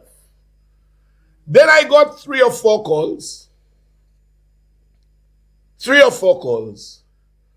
Laura calls Newspin and Timothy Poleon. You need to be pulled up, you know. People call you and just say anything. And you do not, I'm not asking you to defend me. I can defend myself and you know that very well. But if nobody will call my show and call Timothy Poleon a pig, let me not pull them up. I'll not tolerate those things. You haven't given up on Timothy Poleon, yeah? No, I've given up on Tim. Honestly, Yeah. I've given up on Tim. You know, I got 3 calls. Laura calls Timothy Poleon and calls me a pig. Laura, I say this to you. With respect to the pound of my flesh that you want. Have you ever watched yourself in the mirror, Laura? Have you? Quite honestly, have you? I'm serious. Don't you watch pictures of yourself? Don't you? Show me a couple pictures of Laura, please. Show me a couple pictures of Laura. That's the Laura, Albert? That's the Laura. That's the Laura. The one that you could not go through the door at St. Jude. Show another one. That's the Laura. That's the one that said the door too small. I understand why the door is too small. Show another one. You know, you and you want a pound of my flesh again? Gosh. I mean, let's face it, Laura looks like a drum. You know? I would have given you a pound of flesh, you know. I would have given you, Laura, a pound of my flesh. No, it's probably about 1.5 pounds. But you are not worthy. You are not worthy, Laura. You are not. Okay? And you are calling me a pig? Pigs are usually big and fat. Okay? And I could tell you, between you and I, you look more like a pig than me. You look more like a pig than me. That's okay. And you know, folks, they provoke me. They say all they want about me. You want a pound of my flesh. Well, come cut my arm. I'm a pig. Just so. Just so. And when I respond, I mess with women. Well, I'll mess with women all the time. I've never mentioned your name before. Never. Laura, let me say something to you. I can guarantee you, if you go to Marks and Spencer's in the US, in England, or you go to Macy's in the US to buy clothes, let's say Laura walk into the store with any other woman. Every woman, 90% of women, 95% of women can walk into those stores and they are guaranteed to get clothes, panties, underwears, bras, and everything to fit them. If you go to them, they'll tell you, go over that side. Where is that? Special order. You have to special order. You know? And you want to come and attack me, call me a pig. I ever lab away with you? That will never happen. Will never happen. Now, last night, Laura said, I want to say good night to Miranda Mondesi. Miranda, Laura said last night that you almost threw her off a balcony for Shastni. So tonight, folks, I want to give Miranda Mondesi a special prize as St. Lucia's strongest woman. Because for you, small Miranda, to be able to take that 600-pound drum and throw it over a balcony, you are strong indeed, Miranda. You are strong indeed. But you know what? I will leave you, Laura, for Alva Baptiste, that will throw you off a political balcony, because after the next elections, you will be politically dead. You will be politically dead. All of a sudden, all of you attacking me, and then say, I attack women. So women can attack me. I'm a pig, you know. And they want my pound of flesh. My pound of flesh, you are not worthy. You are not, Lord. You are not worthy. You are not deserving. Put up that real thing. I'll show you all why you attack me. Because I'm powerful. Have this, real thoughts. If they are teaming up to go against you, you got to understand how powerful you are by yourself. Read this, Albert. You see it? Mm-hmm. Yeah. You see it?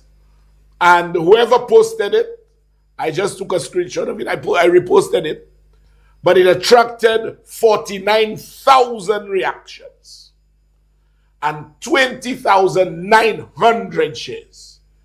If they are teaming up to go against you, you got to understand how powerful you are by yourself.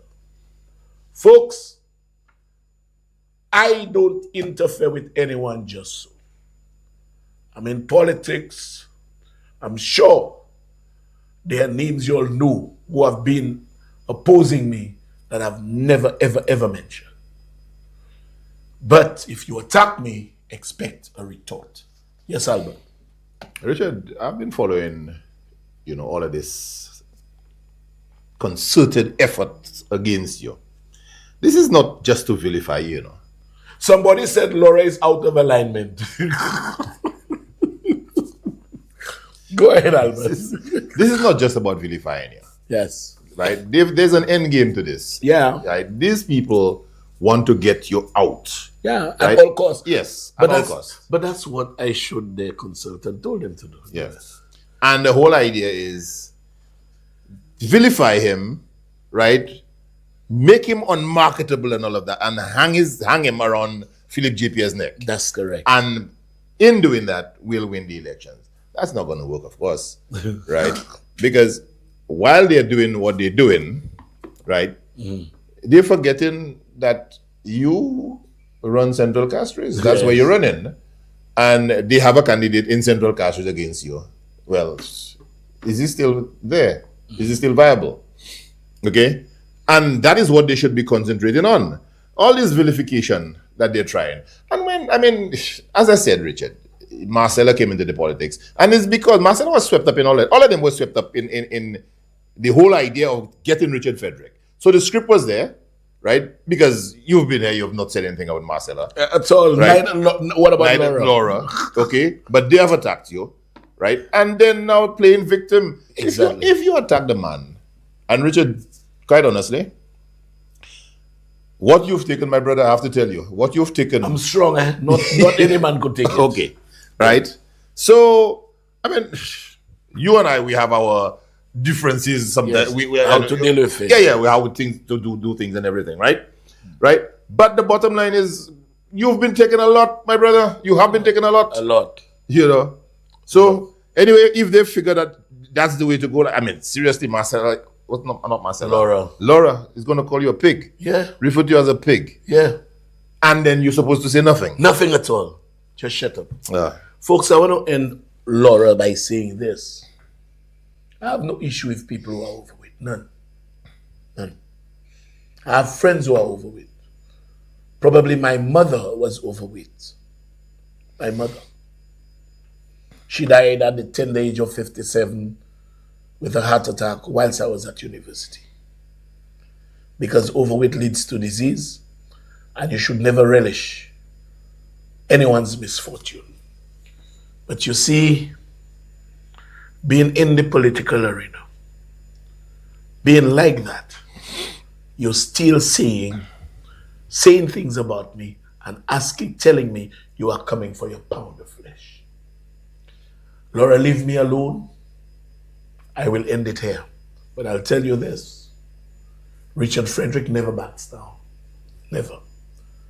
I have all sorts of friends. All sorts of friends.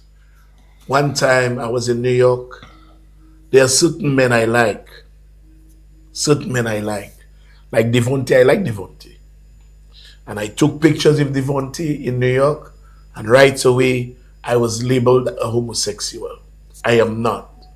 But I don't infringe on anybody's right to do whatever pleases them under the sun within the periphery of legality.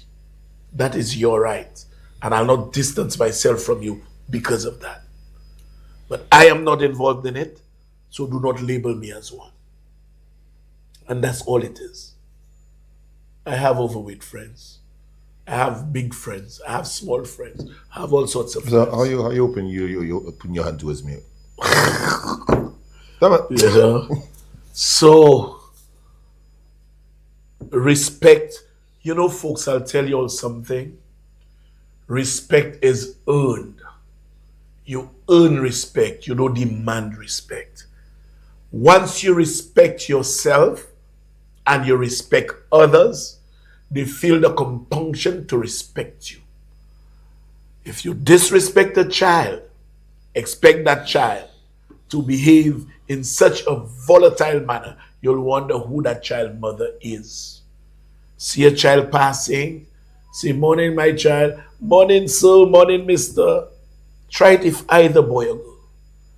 See that same child and tell that child, see a siula, you'll hear what that child will tell you. You'll be paid in the very coins, because that's how the universe operates. The universe operates in a manner that what you put out there is what comes right back at you. Be careful. So folks, the women continue. They continue and they come provoking ministers under the guise of being independent journalists. Look at the one, Ferdinand Henry's daughter, deceased, Eldris, whatever her name is. Eldris, Ferdinand Henry's daughter, who went up for Flabo in the Valley. Incident on Tuesday with Ernest. But by the way, Eldris, were you working by Dax? I'm just asking. Were you fired? I'm just asking. If yes, why? If yes, why?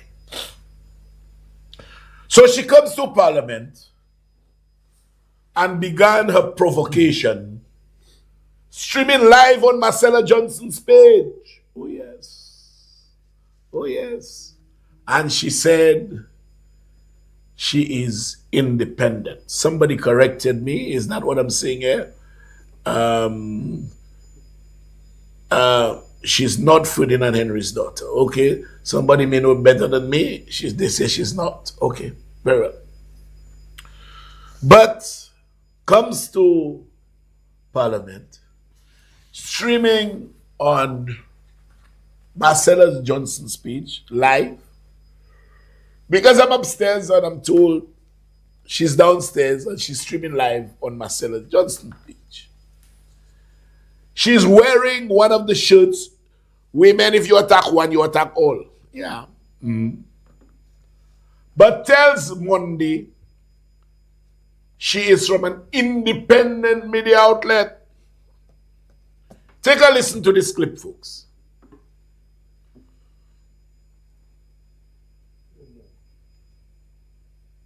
Black boy, where are you?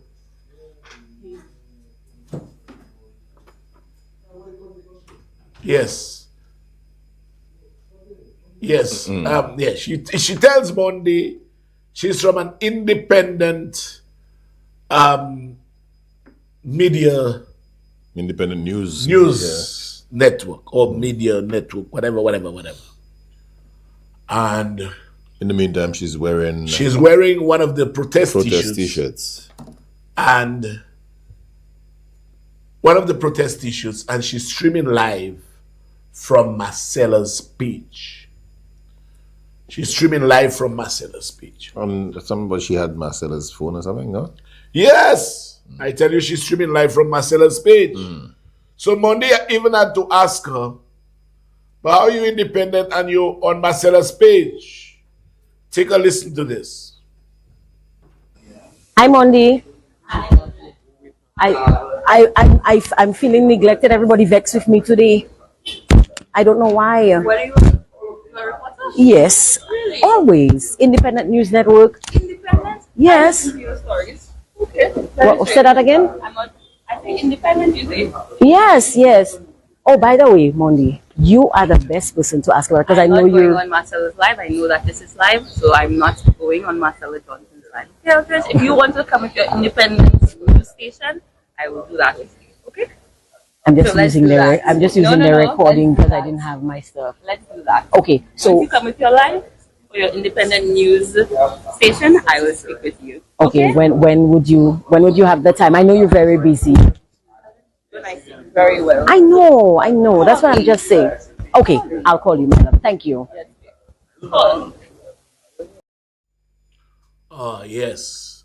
So she's from an independent news network, whatever. But show me the picture of that same independent reporter. Show me that picture.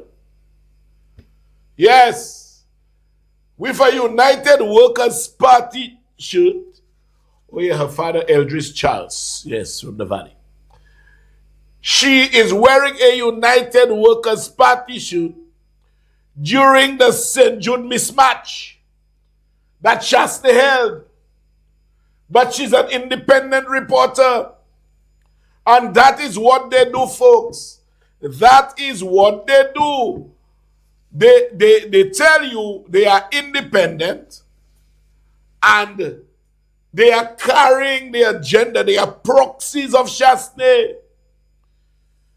Some of you journalists parading as journalists, but you all are proxies or delegates of Flabo. You all need to stop. And when you all cannot do it one way, you all do it another. So that same woman said Ernest pushed her. And so she made a report of an assault. Now, folks, before I show you the clip of what actually happened, let me show you the definition of assault. Put up the definition of assault for me, please. Read this, Albert, for me. Assault is generally defined as an intentional. Let me start that again.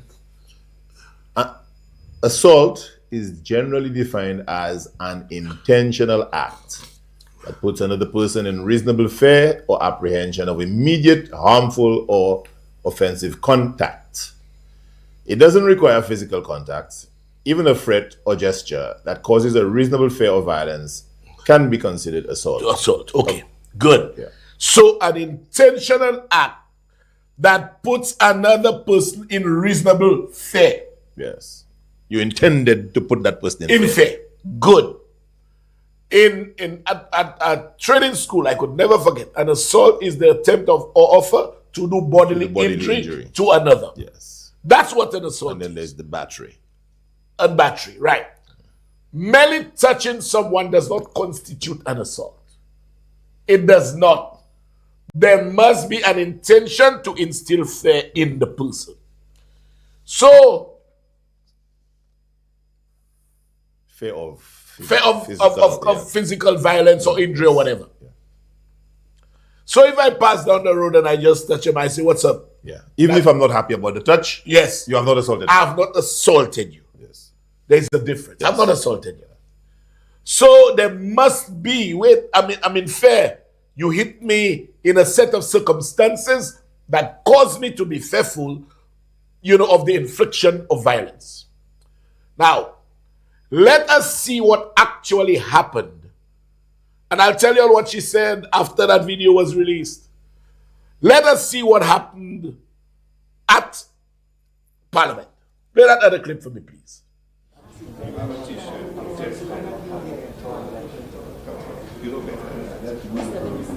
have a protest t-shirt inside Parliament. Play it again. Play that again. Play it again. You have a t-shirt protest. You know better. Here, you have a protest t-shirt inside Parliament. Good. Folks.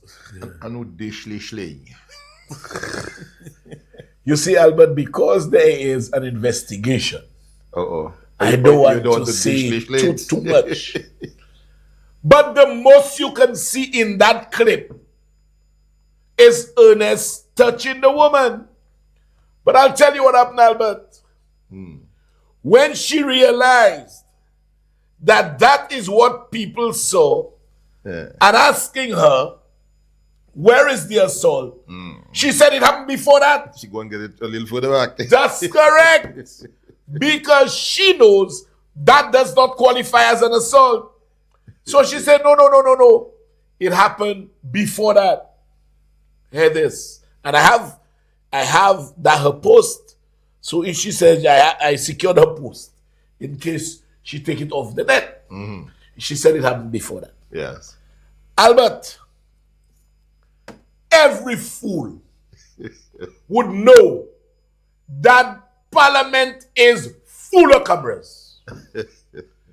Every idiot should know Parliament has cameras under every desk. Parliament has cameras all over. It depends on which of the 100 cameras you want to access. Parliament has no shortage of cameras. That is for the safety of elected members of the House. So, she probably forgot that Parliament has cameras all over. Richard, we ought to have let the clip go further. The part where she says he actually put his hand. Oh yes, that other clip. You have it. Because she described the thing, alleged assault. Yes, she did. She described it. You have it right? Okay, play that other one. So earlier today, I went to the House of Parliament to speak to the Gender Affairs Minister and the Minister for Commerce to ask that they make a statement. Unfortunately, the Tourism Minister literally put his hand on my back and pushed me out of the Parliament, asking me to step outside because he said I was protesting. I am not. No, you are not. You have a t-shirt protest. You know better. Here, you have a protest t-shirt inside Parliament.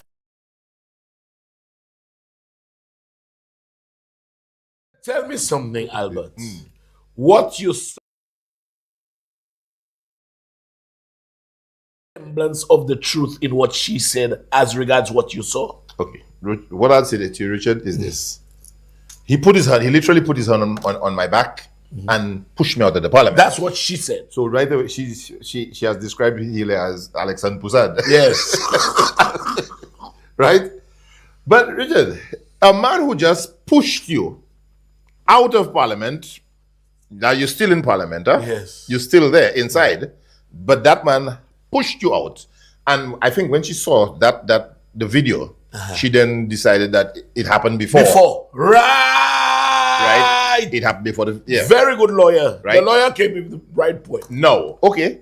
This man who pushed you outside of he pushed you out of Parliament. You came back in and you all had a cordial conversation. Very cordial conversation. The man is talking to her like he knows her, and it appears that he knows her. Talking to her very cordially. You know, Abuki just bawa pusad. Yes, so that's what she did. She said when she realized that clip does not qualify as an assault, she went on Facebook. The assault happened before and that. she said the assault happened before that. So he pushed you out of parliament before that. You came back into parliament, and then he touched you on your lot of cordial conversation. No, I'll tell you something. Whatever Healy may be, he may be many things. I don't think Healy ever fought. I don't think Healy ever fought, ever was aggressive. You know, Albert, but you know, you made a point I didn't think. He pushed you out of parliament. But You said it happened before that. So that it happened before he pushed you out. You came back in. And then you had a very nice conversation. You had a nice conversation? Very cordial conversation, if you know. But something odd. Folks. Now, Richard, we have to take it a little further. Right? And here is where we leave out the actual facts of lawyering and look at, the suppositions. Why did this girl now go and make this report to the police? Why? Because she did not seem, even in the videos we saw, she didn't seem like, okay, fine, I'm going to go and make a report to the police. She didn't look that way. No, but in the first place, she could not have looked that way if she's saying whatever occurred before they were having that casual conversation. Yeah, no, but I'm still saying to you, okay, he assaulted me. She did not look like she was going to go and make a report to the police. So it's afterwards we're hearing about report to the police. Right? Now, there's conjecture in that if we wish, but let's leave it there. Let's leave it there. But remember, you mentioned the cameras all over the place. Exactly. Okay. And I was making a point on that. So the speaker, and I see somebody excoriate the speaker, but Beatties, the speaker is taking care of his business. That is his house. Of course. He's taking care of his house. Yes, when you see that incident would not have occurred if Shastney was prime minister. Because no one would have been around. Exactly. Right? But so the speaker is taking care of his business. Yes. That is his house, and y'all are claiming that this happened in his house, so he's taking care of his business. So he allowed the police to come in and said to them, look, well, access the video. Yes. Right? There's video, access it. Exactly. Right? And then he said, well, I'm not going to go into detail and say this, that, and the other, but all I can tell y'all is the video is interesting. Okay. Okay? Yes. So take it as you wish. Yes. But guess what, But going one step further, Richard, that woman must realize that by going to the police, she has exposed Healy to odium. Yes. Right? Yes. She has exposed him to odium. Yes, indeed. And so, you must understand, lady, you must understand that you have now exposed Healy. By virtue of that, exposing herself. And you're now exposing yourself. That is correct. Because Healy can decide, my goodness, why is my reputation taking that kind of blow? I'm taking you to task. Yes, I'm taking you to task. You see, some of them don't even think. Because if this woman had the slightest degree of foresight, she would have known that before you make the report, there are cameras. You make the report. You realize that the video in question that is circulating does not qualify as an assault. You say it happened before that. Your description is he pushed you outside the parliament. Are you saying he pushed you out, you came back in, and then you're like a cordial conversation? And for the push out, Healy had to have been aggressive. No, but not even that. No, Albert, and just the chronology. No, but he moves from aggression. He moves from aggression to push you out, and now he's having this nice cordial conversation with you. And you entertaining him. Yes. With no semblance of animosity expressed implicitly or otherwise. My girl. Behave yourself. No, not behave. She needs to be hauled before the court. Perhaps it's a little too late to behave now. She needs to be hauled because, folks, James Perino, I know you're over in Texas. Good night. Just listen to this. The video circulates. She said, no, it happened before that. He pushed me out before that. So it means, that's what she posted. He pushed you out. You came back in. And you're not quarreling. You're having a casual conversation. Folks, I can tell you this. The entire clip is there. The entire recordings are there. The girl is traced all her movements insofar as she was within view of the precinct of Parliament. Okay? She can be focused on. And I can tell you, without fear of contradiction, that 5 minutes before that and 5 minutes after that, there was no kind of, in fact, let me leave that for the police. I'll leave that for the police. And after he left, he went upstairs and she was still downstairs despite being pushed out of Parliament. I say no more. I say no more. But if it were me, based on that factual evidence, I would do what I have to do. Yadi, I'll call you back, Yadi. You know, Saya Yadi was calling me. And I could tell you folks, I could bet my entire life, the recording which all of y'all will subsequently see, y'all will now look at this woman in a different light. Y'all will see her in a different light. And then y'all will attach a certain degree of credibility to what she says. Y'all will know her true colors. Y'all will definitely place her credibility down the bottom shelf because she is the one who initiated it.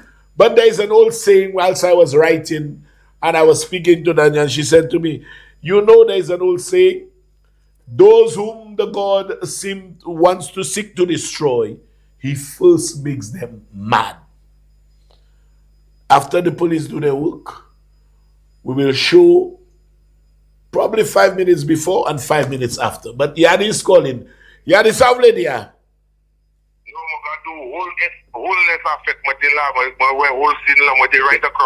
Stop, Yadi. All right, no, Yadi, no. If you for a report by police, that's what I'm there to do, sir. Yadi, you'll probably be a witness. You'll be a witness. Me pa disagreement. All right, okay, all right, but pas disagreement. Qui des abat this hey. All right. Oui.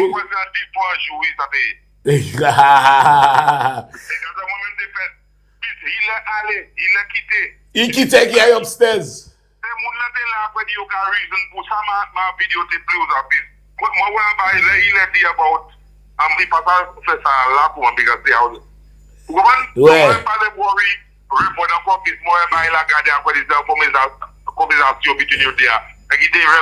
Oui. Il est poussé, ou t'en sais comment il est poussé dehors.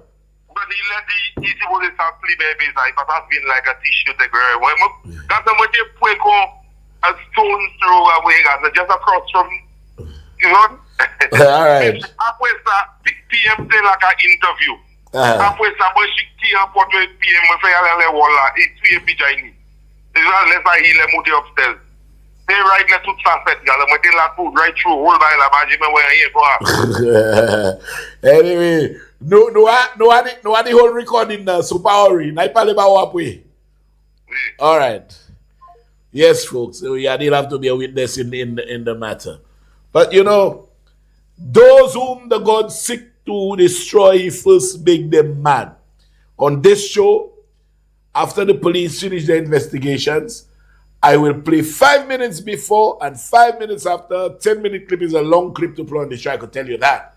But I'll do it for purposes for you to determine the credibility of this woman. And after we play that clip, we will play exactly what she said. And you will understand.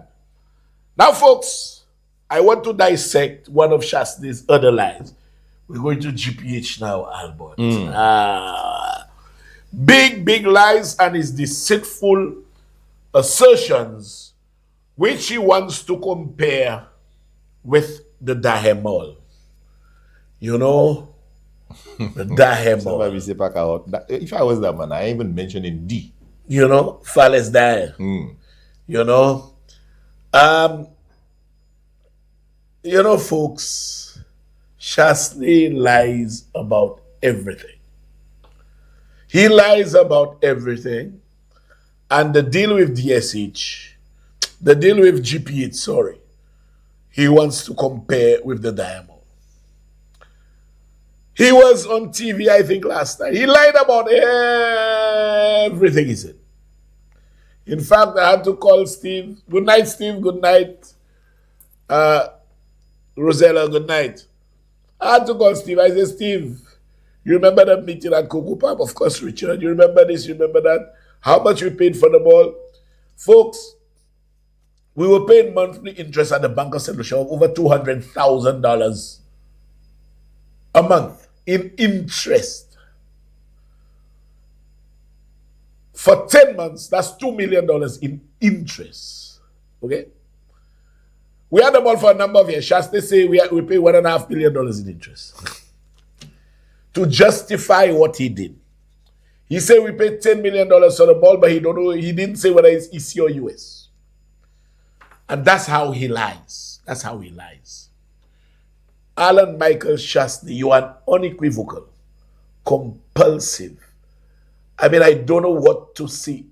You are just a liar of proportions that has never been seen in mankind. Everything you say is a lie. Everything. Folks, the sum total that the mall had cost us at the point of sale was $52 million. Okay? I can't remember. I did the calculations. In interest of $230-something thousand a month, and we had paid $20-something million for the mall itself. So we had expended as a government $52 million. But the mall was valued at $60 million. It was at the point of sale. It was valued by Skinny Sinclair $60 million. Which means if the mall was sold for $60 million, government would have recovered all its expenditure in relation to the mall. All its expenditure. Shasta sold the mall for $13.5 million. Less than quarter of the price, less than quarter of the value, of the mall. Quarter of its value would have been $15 million. He sold it for $5 million US or $13.5 million EC. Now, there is a deed of sale in respect of the mall. I'm tired of showing it. I said I would bore people again with that. Tired of showing there is a deed of sale for the mall. He sold the mall. Alan Shastney sold the mall. There is a deed of sale for the mall. On top of the sale, he entered into an agreement where the government would lease parts of the mall, 2 floors, for 16.5 years. 16.5 years for about $1 million a month, totaling in excess of, in the region of rather, $200 million for the 16.5 years. Now, the $200 million can go higher because there are some clauses in the rental agreement that may lead to fluctuation. So, for example, electricity may go up this month, down this month. Okay? But the minimum we will pay cumulatively over the 16.5 years is about $200 million. Okay? And that mall will never belong to us. Whereas it was ours. Shasta, make that make sense. Make that make sense. Then he wants to compare that with the ports, which I'm going into now. Folks, we will never get back the mall. The mall is gone. It is private property. It belongs to Ramon, who told me he get a bois. Shasta is a bois, so he take the bois. We can never get back the mall. Our ports are ours. So first thing Shasta said, and sadly, quite a few St. Lucians 43%ers believed it. Zovan Sepotla. But I've told people, anything Shaste says, go and fact check it.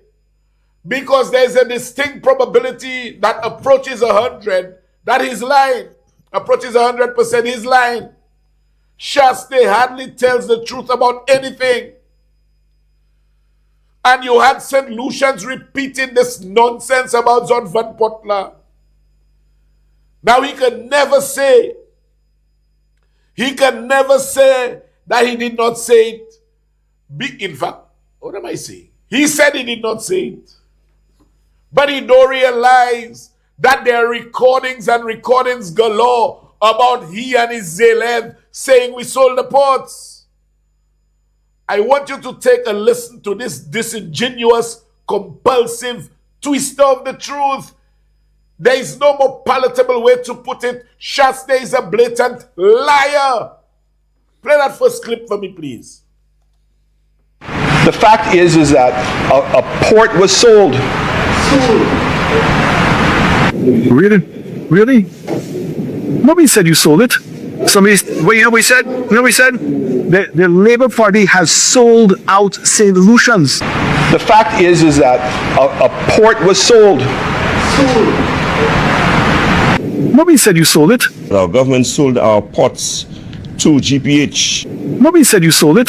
The government has literally sold out a premium part of our country, our ports, to a foreign company. The fact is that a port was sold. We signed a concessional agreement with GPH. They paid off the debt of Slasper. They are developing the new vendors arcade. They're developing the fisherman's village at Banan. They're developing the wharf at Point Seraphine. They're building Jeremy Street. They did Jeremy Street. They're doing the boardwalk. They're doing Soufre waterfront. A series of activities will take place. That's the concession agreement. Plus, we share the head tax with them. For them to build and develop and operate the businesses at the different places, the vendors arcade, what's the other one, Banan, whatnot, they have to have title to be able to build. Just for example, any bolt agreement you're doing right at the Halls of Justice, you have to provide title so it can be built upon whatnot. This clearly states, this custodies, all of them, this clearly states that the leasing, covenants with the leaseor, 8. So 1A is to pay the rent. 2, to build, operate, and maintain. 3, for the purposes to maintain all the facilities. 4, to construct buildings on the demised premises. It goes 5, to keep all such buildings and erections, including drains, blah, blah, blah, blah, in good and tenable repair. And it goes on and on with all the obligations, of which just one of them is the rent of the land. The rent of the land. You are misleading the House. The dollar is the rental part. In addition to that, they are spending over $60 million. $60 million. You're not hearing this, folks. You sold the pots. The pots were sold. Spider said the pots were sold. Shasta come back. Nobody said you sold the pots. Nobody said you sold. What? This man just lies and lies and lies. He just lies. What do you think of that lie before I go into the meat of the matter? Well, that actually is their talking point, you know. Yeah. That's I'm going into the meat of that. We sold the port, yeah, sold the ports, right? You know, but now they've changed it. We list the port for $1. $1. Folks, so yes, you can never ever take what Shaste tell you as the truth. Before I say anything about GPH, I want to make it clear or remind persons that the same way Shaste despises Galaxy, when he was the one who brought Galaxy to St. Lucia, he despises GPH when GPH came to St. Lucia through Alan Michael Shaste as Prime Minister. He brought GPH here. GPH took Shaste all over the world. GPH took Shaste all over the world to see ports that they had built. And they convinced him, and they had prepared an agreement. Folks, when we came in, we found an agreement that Shaste and GPH were supposed to sign off on. All we did as a government was to make changes to that agreement that would redound to more benefits for the people of this country. We made the deal better. So, for example, if I'm just being hypothetical here, I'm not saying this is what it is. I'm giving an example. So, for example, if GPH said, we want half of the head tax, we came back, we said, no, we're not giving you half, we're giving you 40%. That kind of thing. So we took the very agreement that Shaste had not signed off on yet. And if you had seen the agreement, we were getting very little. Right now, the government and people of this country stand to get much more than what Shaste would have gotten from GPH. Folks, after we made the changes, we came in, we made changes, and we agreed that we are proceeding.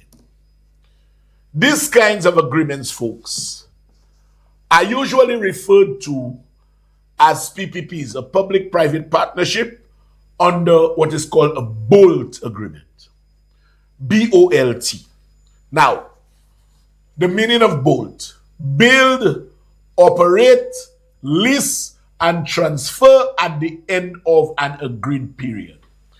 So the developer takes possession of the property, he builds what he all want on it, he operates it, he leases it from you, and at the end of the period, once the government has done what it had to do, and they have done, he transfers it, he or she transfers it, the developer transfers it back to the government for $1. And that is how BOLT operates. The property has to be vested in the developer for an agreed purpose. The developer does it. Government does what they have to do. Developer does what he had to do. And at the end of the period, it's transferred back for $1. But you don't do that with any company. It has to be a reputable company. So before going into the details of the agreement, let me just show you who GPH is. GPH, I will tell you this, is the world's biggest cruise port developer. Because no pash company would have passed under Philip Jean-Pierre. I could tell you that. No pash company. GPH is the world's premier, biggest cruise port developer. Let me show you 3 headlines of GPH. Put up anyone for me. Anyone first. Look at this. Liverpool cruise operations to double in $25 million investment. April 3rd last year. GPH signed a historic deal. GPH in Liverpool. Show me another one. Global Ports Holding 30-year concession agreement with the Puerto Rico Ports Authority. Puerto Rico, a 30-year agreement just like they have here. Just like they have here. I think that one has another part to it if you scroll down a bit. It has another part showing the amount. Yes, go again. Good. Go ahead. Go ahead. Look at this, folks. Look at this. Advises GPH on its PPP, public-private partnership. February 27th, San Juan Cruise Port will commence its US $425 million. $425 million that GPH is spending in San Juan. What is wrong with those guys on a 30-year agreement? Show me another one. And you could go and Google all of that. I didn't make them up. Look at this. Tarragona Cruise Port, GPH, again, invested up to 5.5 million euro into a self-sufficient cruise terminal. That's in Iberia.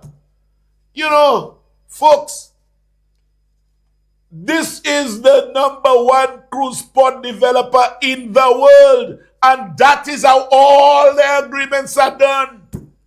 All of them. Puerto Rico, 425 million US, a 30-year agreement. And closer to home, they have developed the port in Antigua. Yes, GPH. They have developed the port in the Bahamas. They took Chasney to the Bahamas. Didn't they take you to the Bahamas? Puerto Rico, Miami, you know, and many, many other ports around the world. He said he had been to Portugal. Portugal, all over the world. All over the world. And the agreement they have with St. Lucia is the same agreement they have with all ports all over the world. What is wrong with Chas? And he knows that. He knows that. Folks, that is a model of financing. Encourage, especially for small islands. Although the big islands are using it now, PPPs. PPPs. There's an airport somewhere in England. I can't remember which airport. Gatwick. It was Gatwick? Yeah. 400 and something million pounds. Pounds. You know, pounds. PPP under a Bolt agreement. Same thing. And it has to be invested in the developer. When all the money is received, you sign it back for $1. That is how it works. That is how it works. So, you give the developer the property. They do all they have to do. And after the period, everybody's happy. The state gets back a developed property without spending 1 penny. Now, in cases where there are PPPs under the Bolt agreement that there are no income deriving streams or anything, yes, it's based like a police station. So a police station is built the same way as a PPP. You vest in the NIC or in NIPRO or whichever. You pay it every 3 months quarterly. And at the end of, so you don't want to take any big loan. There's no big loan on your books for that. And at the end of the period, they give it back to you for $1. That is what it is, folks. When payments are completed, the state gets it back at $1. Chasney is very deceitful, extremely deceitful. And folks, this is not in St. Lucia alone this happens. It's not in St. Lucia alone. You all forget some time ago, Chasney said we sold a square for $1. You can't remember that? He said we sold a square for $1. You know why? Because he is aware that the developing model calls for vesting of the property in the developer. And then at the end of the period, once both parties have met their obligation, it's retransferred for $1. Now, before I show you the documents in relation to the ports, folks, I want you to know each and every police station in this country of ours was built using that same model. Build, operate, lease, and transfer. Every police station, every fire station in this country was built the same way. The building at where Ministry of Infrastructure is, where you pay your driver's license and your vehicle license. That is how that building was built. And the minister informed me that only a couple weeks ago, that building was retransferred to government. We now owe no money on that building. and we never took a loan to build it. All fire stations, all police stations, the Northern Divisional Police Headquarters. You will not find a loan on our books for that. But the property has to be vested in the developer. Government pays its quarterly amount, and after 12 years, it's ours. The custody suites, we didn't take a loan for that. It was built the same way. The Hall of Justice is being built the same way under a bolt agreement. You vest the property in the developer. He uses the property to secure the loan for the development. You pay every quarter as you're supposed to. And after 12 years, the Hall of Justice will be ours without a loan on our books. You know? So there is nothing new about that model. There is absolutely nothing new about that model. Shaste is not too bright, but he's deliberately playing dumb to fool the people of this country. He knows that. And if Shaste was bright, the airport, the Uranora International Airport, would have been built already because it was the subject matter of that same kind of agreement. I'm sure you'll have heard. I'm sure you'll have heard me say that we would have had an airport without owing 1 penny. Without spending 1 penny. I've said so over and over. And if Shaste had built the airport, between the time he was there and now we're there over 4 years, that's like 9 years. We would have at least paid 7 to 8 years of the allocation already. And in the next 22 years, we would have had a completely redeveloped airport without owing a penny on it. Shaste, you know that. You know that. You come and say we list the pots for $1. Come on, man. Come on. That is a financing model that we have a lot of assets owned by government that were built in that very same way. And as I speak, the Hall of Justice is going up like that. The Northern Divisional Police Headquarters is going up like that. The Ministry of Infrastructure was recently retransferred to the government because all obligations have been met. The period has expired. So we now own the building and we have no more money to pay for it. Owned by the government of St. Lucia. You know, that is how you build your country, Shasti. That is how you build your, and you know that because GPH took you all over the world. You know that. But you see, you had the agreement ready to sign. You see, it is not you who did it. It is not you who did it. So you are not happy. Show them the front page of the lease agreement for me, please. Okay, 30th of April, lease. Okay, let's scroll up by Charles III to GPH and basically for the rental amount of $1 per annum. Richard, and it's for 30 years. Richard, yes, if I may, yes. Not everybody understands the language of that. I think you should break it down. Like okay. Who Charles III is, okay. why his name is there, and all of that. Oh, yeah, that's yeah. Charles III. Okay, come back down. Charles III is the Governor General. The king. The king. Anytime you're selling property belonging to the government or leasing property belonging to the government, the Governor General must sign. Okay, so when you say Charles III there, it would mean the Governor General because he represents Charles III to GPH. All right? So that's from the government essentially to GPH. So leasing a piece of land for $1 a year for 30 years. Good. I need you to go in that list for me and show me 2 clauses. Clauses Shaste will never tell you all exist. Hear this well, folks, not the first paragraph. Okay, it says here that the government and GPH, the lessee, have entered into a concessionary agreement. The second paragraph, this list, and I want you all to listen to that well, this list is entered into as a result of the concession agreement. Are you with me, Albert? That's quite so. In other words, if there was no concession agreement, there would never be the lease. So that document is not a standalone document, is what you're saying? Exactly. Exactly. That cannot be read alone because it says it is entered into as a result of another document. Shaste will not tell you that.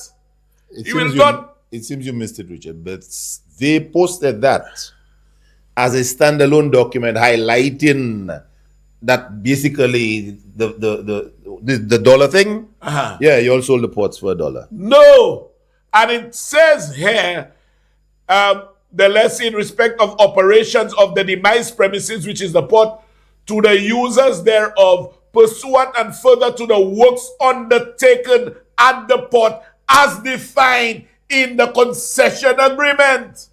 So, folks, that is not a document that can stand alone.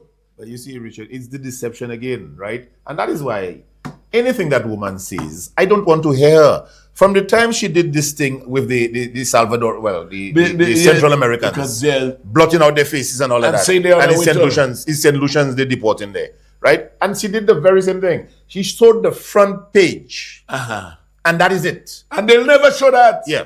They'll never show that. Folks, read paragraph 2. Paragraph 2 ka do wezoan nou ka loue pot la. Se because nou ni yon lot agreement pou travay ki ni pou fet ale pot la.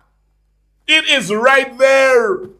Wayne Williams, good night. We're giving you ammunition tonight, you know. We're giving you ammunition to deal with your partner down the road. You know, further to works undertaken at the port. You know, folks, digest it. Sakadu ko awezo anu ni lisa la. Se because of agreement nou ni pou GPH fait travail ale off la. So si nou pate ni agreement sa la, nou pak de gay ni lisa la. Okay? Now, show me the paragraph where our property will return to us. Good. Look, read from the top. To yield the aforementioned demise property, which is the port, peaceably unto the lessor, being the government, at the expiration or sooner determination of the said term of years pursuant to the concession agreement, together with all erections thereon. Woy. What else do you all want? First and foremost, the list is entered into. Okay? You fè list la because la ni yo agreement. List la kadou, apwe kome l'année, yon pou ban nou pot nou vie, ek tout sa yo fè lay. Ek agreement kadi yon pou fè si. Night di sa agreement kadi. Okay, all right. Okay? Bon. So, la pate kay ni PS list si nou pate ni o agreement. Ek agreement kadi, ek list la kadi, apwe tout l'année ya, yon ni pou ban nou pot nou vie.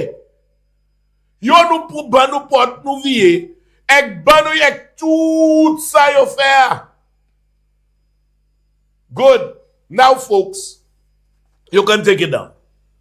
So, you all understand that. There is a list that is in existence because of a concession agreement. As is with everything, the whole of justice have the same thing. Custody suites have the same thing. That Northern Police Division headquarters have the same thing. So, we get back our ports after 30 years. And there is a concession agreement. Now, the concession agreement is 91 pages. But let me just read. And after the 30 years, they are bound to peaceably or peacefully give us back our ports with control of everything they have built. It belongs to us, and we don't owe 1 penny. Folks, I can't go through all, but I'll tell you some of the things that we are getting that are in the concession agreement. The upgrade of Point Seraphim so that it can take the largest cruise ships ever Zotansa. Right now, Laniba Toki passive in simplicity because pot no pa for asi. GPH, being the world's premium port developer, will ensure that there is no cruise ship that can come there. That's one. You all have seen they have started the construction of the boardwalk from the Sanssouci Bridge to Point Seraphine. They have already started driving piles. From the Sanssouci Bridge to the arcade, sorry. Then they will be building and extending a brand new arcade. A brand new arcade which will be a Lyman Sport, I could tell you, a state-of-the-art arcade. They'll expand the one that existed.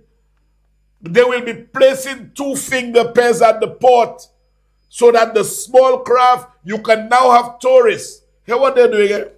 2 finger pairs. So you can have tourists taking a water taxi from the port to Point Seraphine. Okay? Water taxi from the port to Point Seraphine.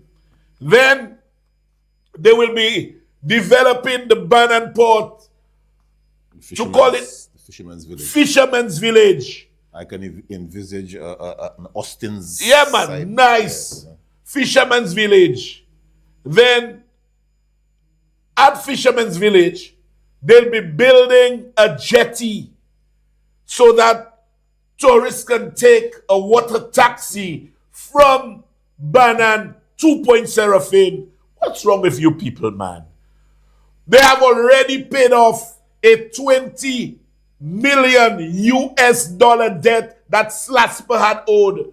Because when they come in, they'll be cutting the head tax. So Slasper, in that regard, will use only cruise passengers. Slasper still gets all its container fees. So whatever Slasper was getting from cruise ships will be cut. But guess what? They have a 20 million US dollars loan to 54 million EC that would be wiped off their books. Folks, a lot. They will build a nice parking facility where the old customs building would. I just ticked out some. Then they are redeveloping the Soufrière waterfront, and it includes the construction of a jetty. All right? They assisted me in funding the complete refurbishment of the Jeremy Street Plaza. And guess what? It wasn't even in the concession agreement. It was right there at the sun turning ceremony. I asked it to them and they delivered. So folks, there is a lot for us. There is a lot for us. GPH has actually expanded, what they had promised us. And they are giving us much more at no cost, no more cost to us. I'll tell you all something. Shasne, you can't deal with progress. You can't. You can't deal with progress. And I'll tell you this. GPH, knowing that they are relying on cruise ship head tax to get their money, will ensure that we in St. Lucia would have the biggest cruise ships coming into our ports, and that we have a great influx of cruise passengers. Their interest is at stake, and they know how to wheel and deal the cruise industry. You know, so I could tell you, everyone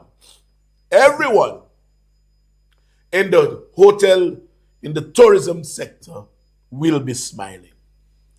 You know, so this thing about $1, that is how GPH has done it around the world. Around the world. And they will ensure we get cruise passengers, so they will bring more. After 30 years, our ports are ours, our Ds are ours, all upgrades are ours. GPH lives and go, and all revenue generated now belongs to us without owing 1 penny. All buildings, this, that, Fisherman's Village, boardwalk, banners, everything, Soufre, everything will belong to us. GPH can pack up and leave after 30 years. They don't owe us, we don't owe them. And our country is developed. Shaste, I know you don't like to hear this. You are not for us. Because that kind of deal, you wanted to be the one to spearhead it. But no, I don't think GPH wanted to deal with you. But you will see progress. You will see progress after progress under this government. And whether you like it or not, you just have to put it in your pipe and smoke it. Albert, over to you. We're taking a couple calls. Yeah, I think we should just take a couple of calls. Let's take some calls. 4533911 is our number here. Feel free to call us. I have about 200 and something messages. Yes, Mesmin, you're so right. They can increase the head tax per cruise passenger because of their power. That is so true. So true, Mesmin. So true. And GPH runs the cruise industry. Thomas Eugene, good night to you, my brother. Good night. Hedis, they increased the head tax in Antigua, and Antigua has a greater influx of crews. You all hear this? Are you all hearing this? Yeah, good night. Can I help you? Yes, I want the program. Uh-huh. Can I get onto the program? You're on the program, sir. Oh, yes. Well, thank you very much. Yes. Richard? Yes. I just wanted to intervene to clear some errors. Okay. Now, number one, we first have to thank Dr.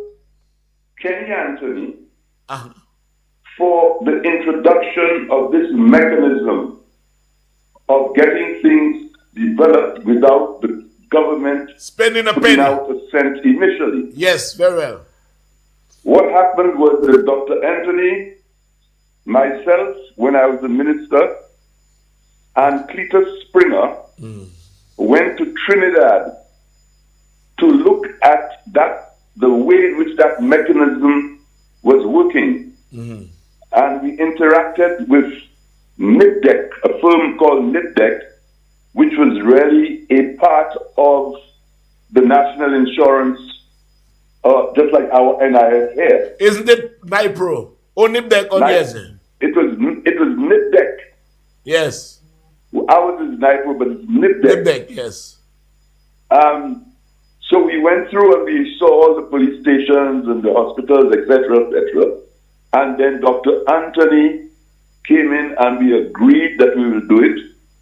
And the first one was my ministry, which was the Ministry of Works. Yeah, infrastructure. And we entered into what is called a bold agreement. Yeah, I've said so, Calix. I've said so. No, but the bold No, but I need you to move on there because I want to give a couple callers a chance as well. No, wait. Listen to me. The bold agreement is build, operate, lease and transfer. Build, own, lease, and transfer. That's what it is. Yeah. Okay. Build, okay. Lease and transfer. Okay? So we signed the agreement, they come, they build the thing, we transfer the land and so on, so they owned it. Yes. And then we started to pay quarterly payments, which is a lease arrangement that we had. And then after a certain number of years, then they transfer it to us. Yeah, we know. I explained that, Calix. I just wanted to make that explanation. Okay. Because that is the correct thing. Okay. Build, own, lease, transfer. Lease and transfer. Okay. And that way that's how we got the Ministry of Works where I was. We paid that in over no time. Yes, I know that. And it was recently transferred back to government because the payments have been completed. Yeah, we paid that long time. Long time. Well, it was recently transferred, I'm telling you. Back to government. Well, probably officially, but we have already paid that a long time ago. All right, okay. All right, Calix. Thank you very much. Yes. Okay, I was saying the Minister of Infrastructure indicated to me in Parliament that only a couple of weeks ago that we have another caller, that they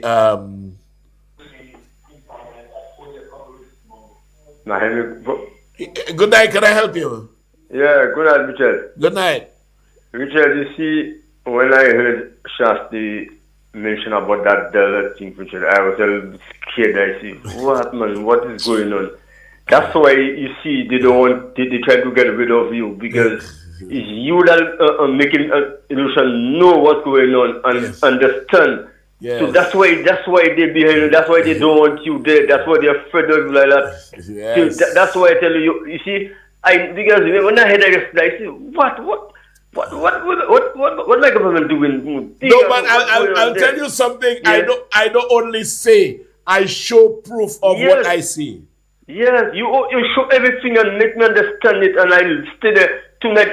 I stay, make sure I stay there, and I listen to you tonight. For the whole night, and you make me understand what's going on, because those fellas, so why when the fellas election there, the fellas real desperate, and the fellas will come with anything to try to convince us. Anything at all. Anything. Yeah. Okay, man. All right, just keep it on, guys, and just check yourself, and you have to check what fella say, and just hold on yourself. Just be smart. All right. Thank you. Anson Maxwell over in the US, good night to you. Good night to our partner Peter the Great over in Canada. Master Wong, good night to you. Electra James, good night. Sammy Gustav, Shanta Gustav, Teacher Fifi, good night, good night, good night. Christo, good night. Says somebody's out of it. Chef Thaddeus, good night to you. Good night to Jeremy Corporal over in the Mico Police Station. We have a caller. Good night. Can I help you? Good night. I could have swear I heard Shasni said last night on Timothy Polio that he sold them all, right? But he used the two top floors for how many years? And at the end of that period, the 2 floors will return back to the government. But that's what I heard. How can the 2 floors return to government? I could have sworn that's what I heard. When you see, the thing is, for a building to own part of a building, it must be registered under the Condominium Act. So that you take a hotel, each apartment has a different block and parcel number. I can tell you that the mall only has 1 block and parcel number, and I challenge Shasta to show me the block and parcel numbers of what will be returned to St. Lucians. Now, something else. I don't know how the government is going to manage that, because on the agreement said $14.5 million for the mall, but like not said, agreement. Court, the deed of sale. The deed of sale says 13.5. He sold it for 13.5 million. Right, but in court, like you said, he said 27. I have the clip. Right. So the question is, can he hold before the parliamentary committee to the committee? No. How much? I don't know. I'm just asking. No, he did not say that in Parliament. He said it in court. But no. What I'm saying to you, the deed of sale says 14.5 million. That's correct. But according to what you said, he said in court, he sold it for 27 million. Not only what I said, I have the transcript. Yes, you did say that. Okay. Well, something has to be done, because you have to explain that difference. Shasta just lied. He didn't say we sell the pot for $1, we rent the pot for $1. Shasta just lies and lies and lies. I mean, And you mean to tell me, your surrogates every day, 24/7, how the Labour Party sold the pots. And yesterday, you open your mouth and say, you never said that? Yeah. Boy. Movie. All right. Later. Okay. All right. Clinton, good night to you. You say I have you cracking. Trevor over in Canada, good night to you, my brother. Jimmy, good night to you. Good night. You want to say you don't understand anything? I don't know. That is his business. It's lies and lies. Alvin Kanai over in St. Croix, good night to you. Hello. Nigel St. Clair, good night. We have a caller. Good night. Can I help you? Hello, yes? Yes. Can I go on again? Hello? Who's that, Calix again? Hello, yes. Let me tell you. Hello? Yes, Calix, try and be There's briefer. a clear distinction that must be made between the two mechanisms. The mall is completely different mechanism from the GPH business, the port business. The port business is a board agreement, and this other thing is completely different. So the two things cannot equate at all. I've said so, Calix. I said the port is ours. We did not transfer it. We will get it back after 30 years in a totally developed state, whereas we can never get title of the mall back again for the next 1 or 2 million years. I've said so. Okay, I've said so before. I have. You know, we can't get back the port again at all. The what? The mall. The mall, sorry. We have another caller. Good night. Can I help you? Hi, good night, Richard. Yeah. Let me thank you. Good night, Albert. Before you get jealous, let me thank you.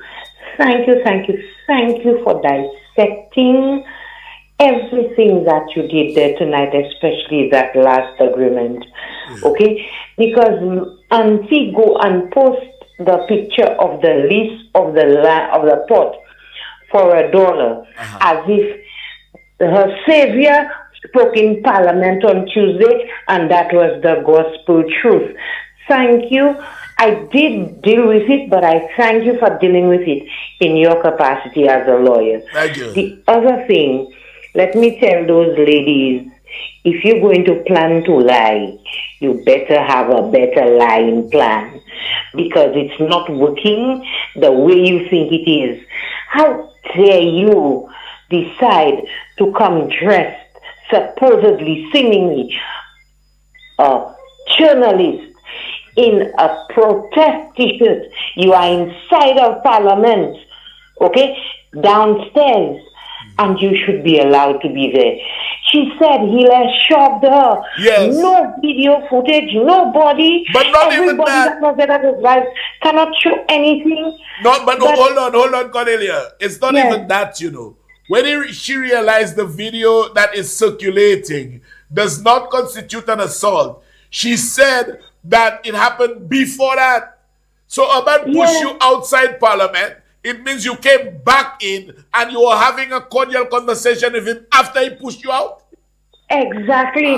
But Richard, 5 years ago, do you know that for us to have gone, any civilian to have gone inside of the cell to buy top-up or to pay a bill, you almost have to tell the policeman all your business, you know, to be allowed through that cordon area. Anywhere else, the pharmacy you had to go to, you almost had to present your prescription. But now she boldly can stand up in the lobby of Parliament with, if you touch one, you touch all. You know? The police used to tell you wearing white, you cannot stand up outside of Parliament. Come on now. Stop those lies. It has taken us nowhere. But again, thank you, Richard, for the enlightenment.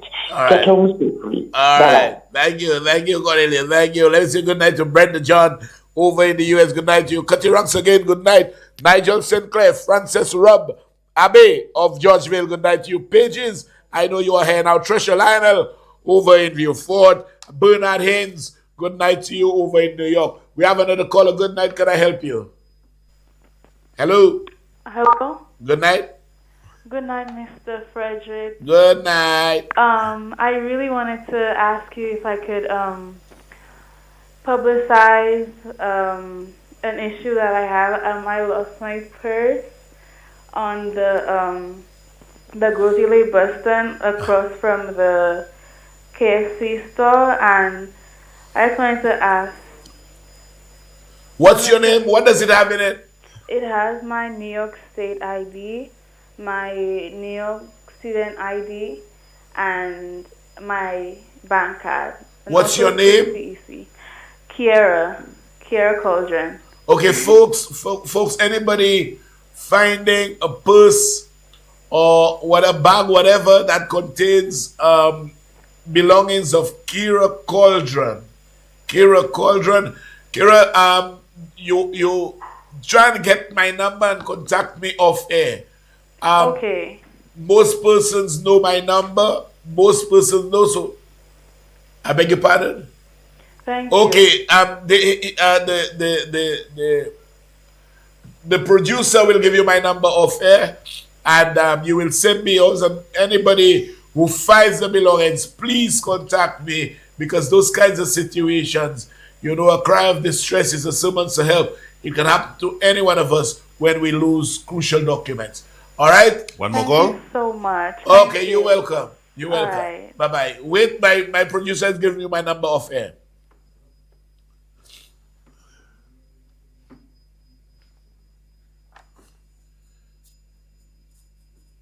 We'll be taking one more call. 1, 2, matter. What you doing already?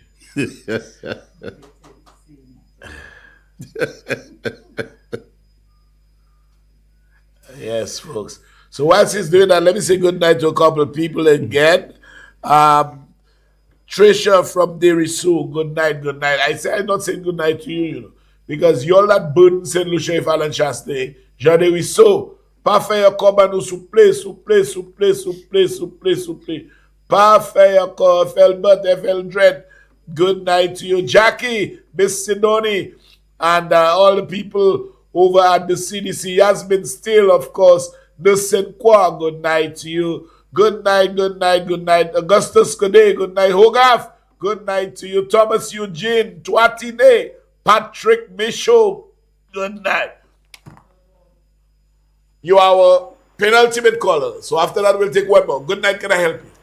Hello, good night. Good night.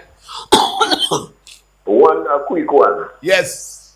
I wish people in St. Lucia should have been watching the news of Burkina Faso. Yes. Never let Alan Chaste try to get no seat in St. Lucia. All right. Send him back where he comes from. You should talk to the group that there is so people. A lot of people in that island should have been watching Burkina Faso news. That white man. Yes. Has to go back. Thank you. Thank you. All right. We'll take one more call, but before doing, let me say good night to Mikey Henry. Mikey, you are holidaying outside St. Lucia. Good night to you. He asked me to say good night to Tim Lisa. Good night, Karen Crafton. Good night. My friend, you're really looking young tonight. You have a gloss. I take in Simos every day, yes. Rossicao, good night. Tandy Flood, good night to you. My brother Arthur of Castro City Council, good night. Our final caller, good night. Can I help you? Ay. You want to cut the person off and we'll take another call? Folks, when you are calling, please turn down the volume of your radio or television. We will take one more call. The calls are coming in, and there always is this kind of thing when you are on your device and you're listening to the show on whether it's radio or television. It causes quite a bit of confusion and things that are not pleasant to the air at all. You are our final caller. Good night. Can I help you? Hello, good night. Good night. You say same thing again. Good night. Turn down the volume of your radio or television, sir. Good night. Can you hear me? No, but I'm hearing an echo. No, the television is down. It's down. All right, go ahead now. Good night. Can you hear me now? Yes, I can. Okay. Mr. Frederick? Yes? You know the worst part in that whole thing? Uh-huh. These same guys, the same propaganda, the same stupidness Chaste is delivering, they all come on television and say the same shit. That's correct. That is the bad thing about it. That is correct. They say the same thing. I listen to this guy, that February guy. That February guy on television with Spider talking about the pot. Oh, the fellow have to collect $10. The government getting $250. What do you expect? They're spending millions. So they must get their money back. That is correct. Simple. And these foolish men, let me tell you something. They say they have the best conservative candidates. That's what let me tell you. Sebusa, I call them not educated, though qualified go Sebusa. Thank you very much.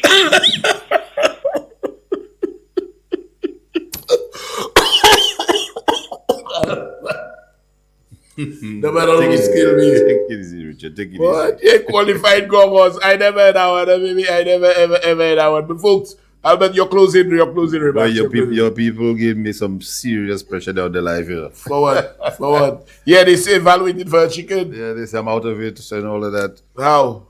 Huh? How? No, they say I'm falling asleep or that kind of thing. Anyway, Laura Peter, good night for me. I'm up in New York, right? And Carlton Augustine, good night, my brother. Yeah, Carlton.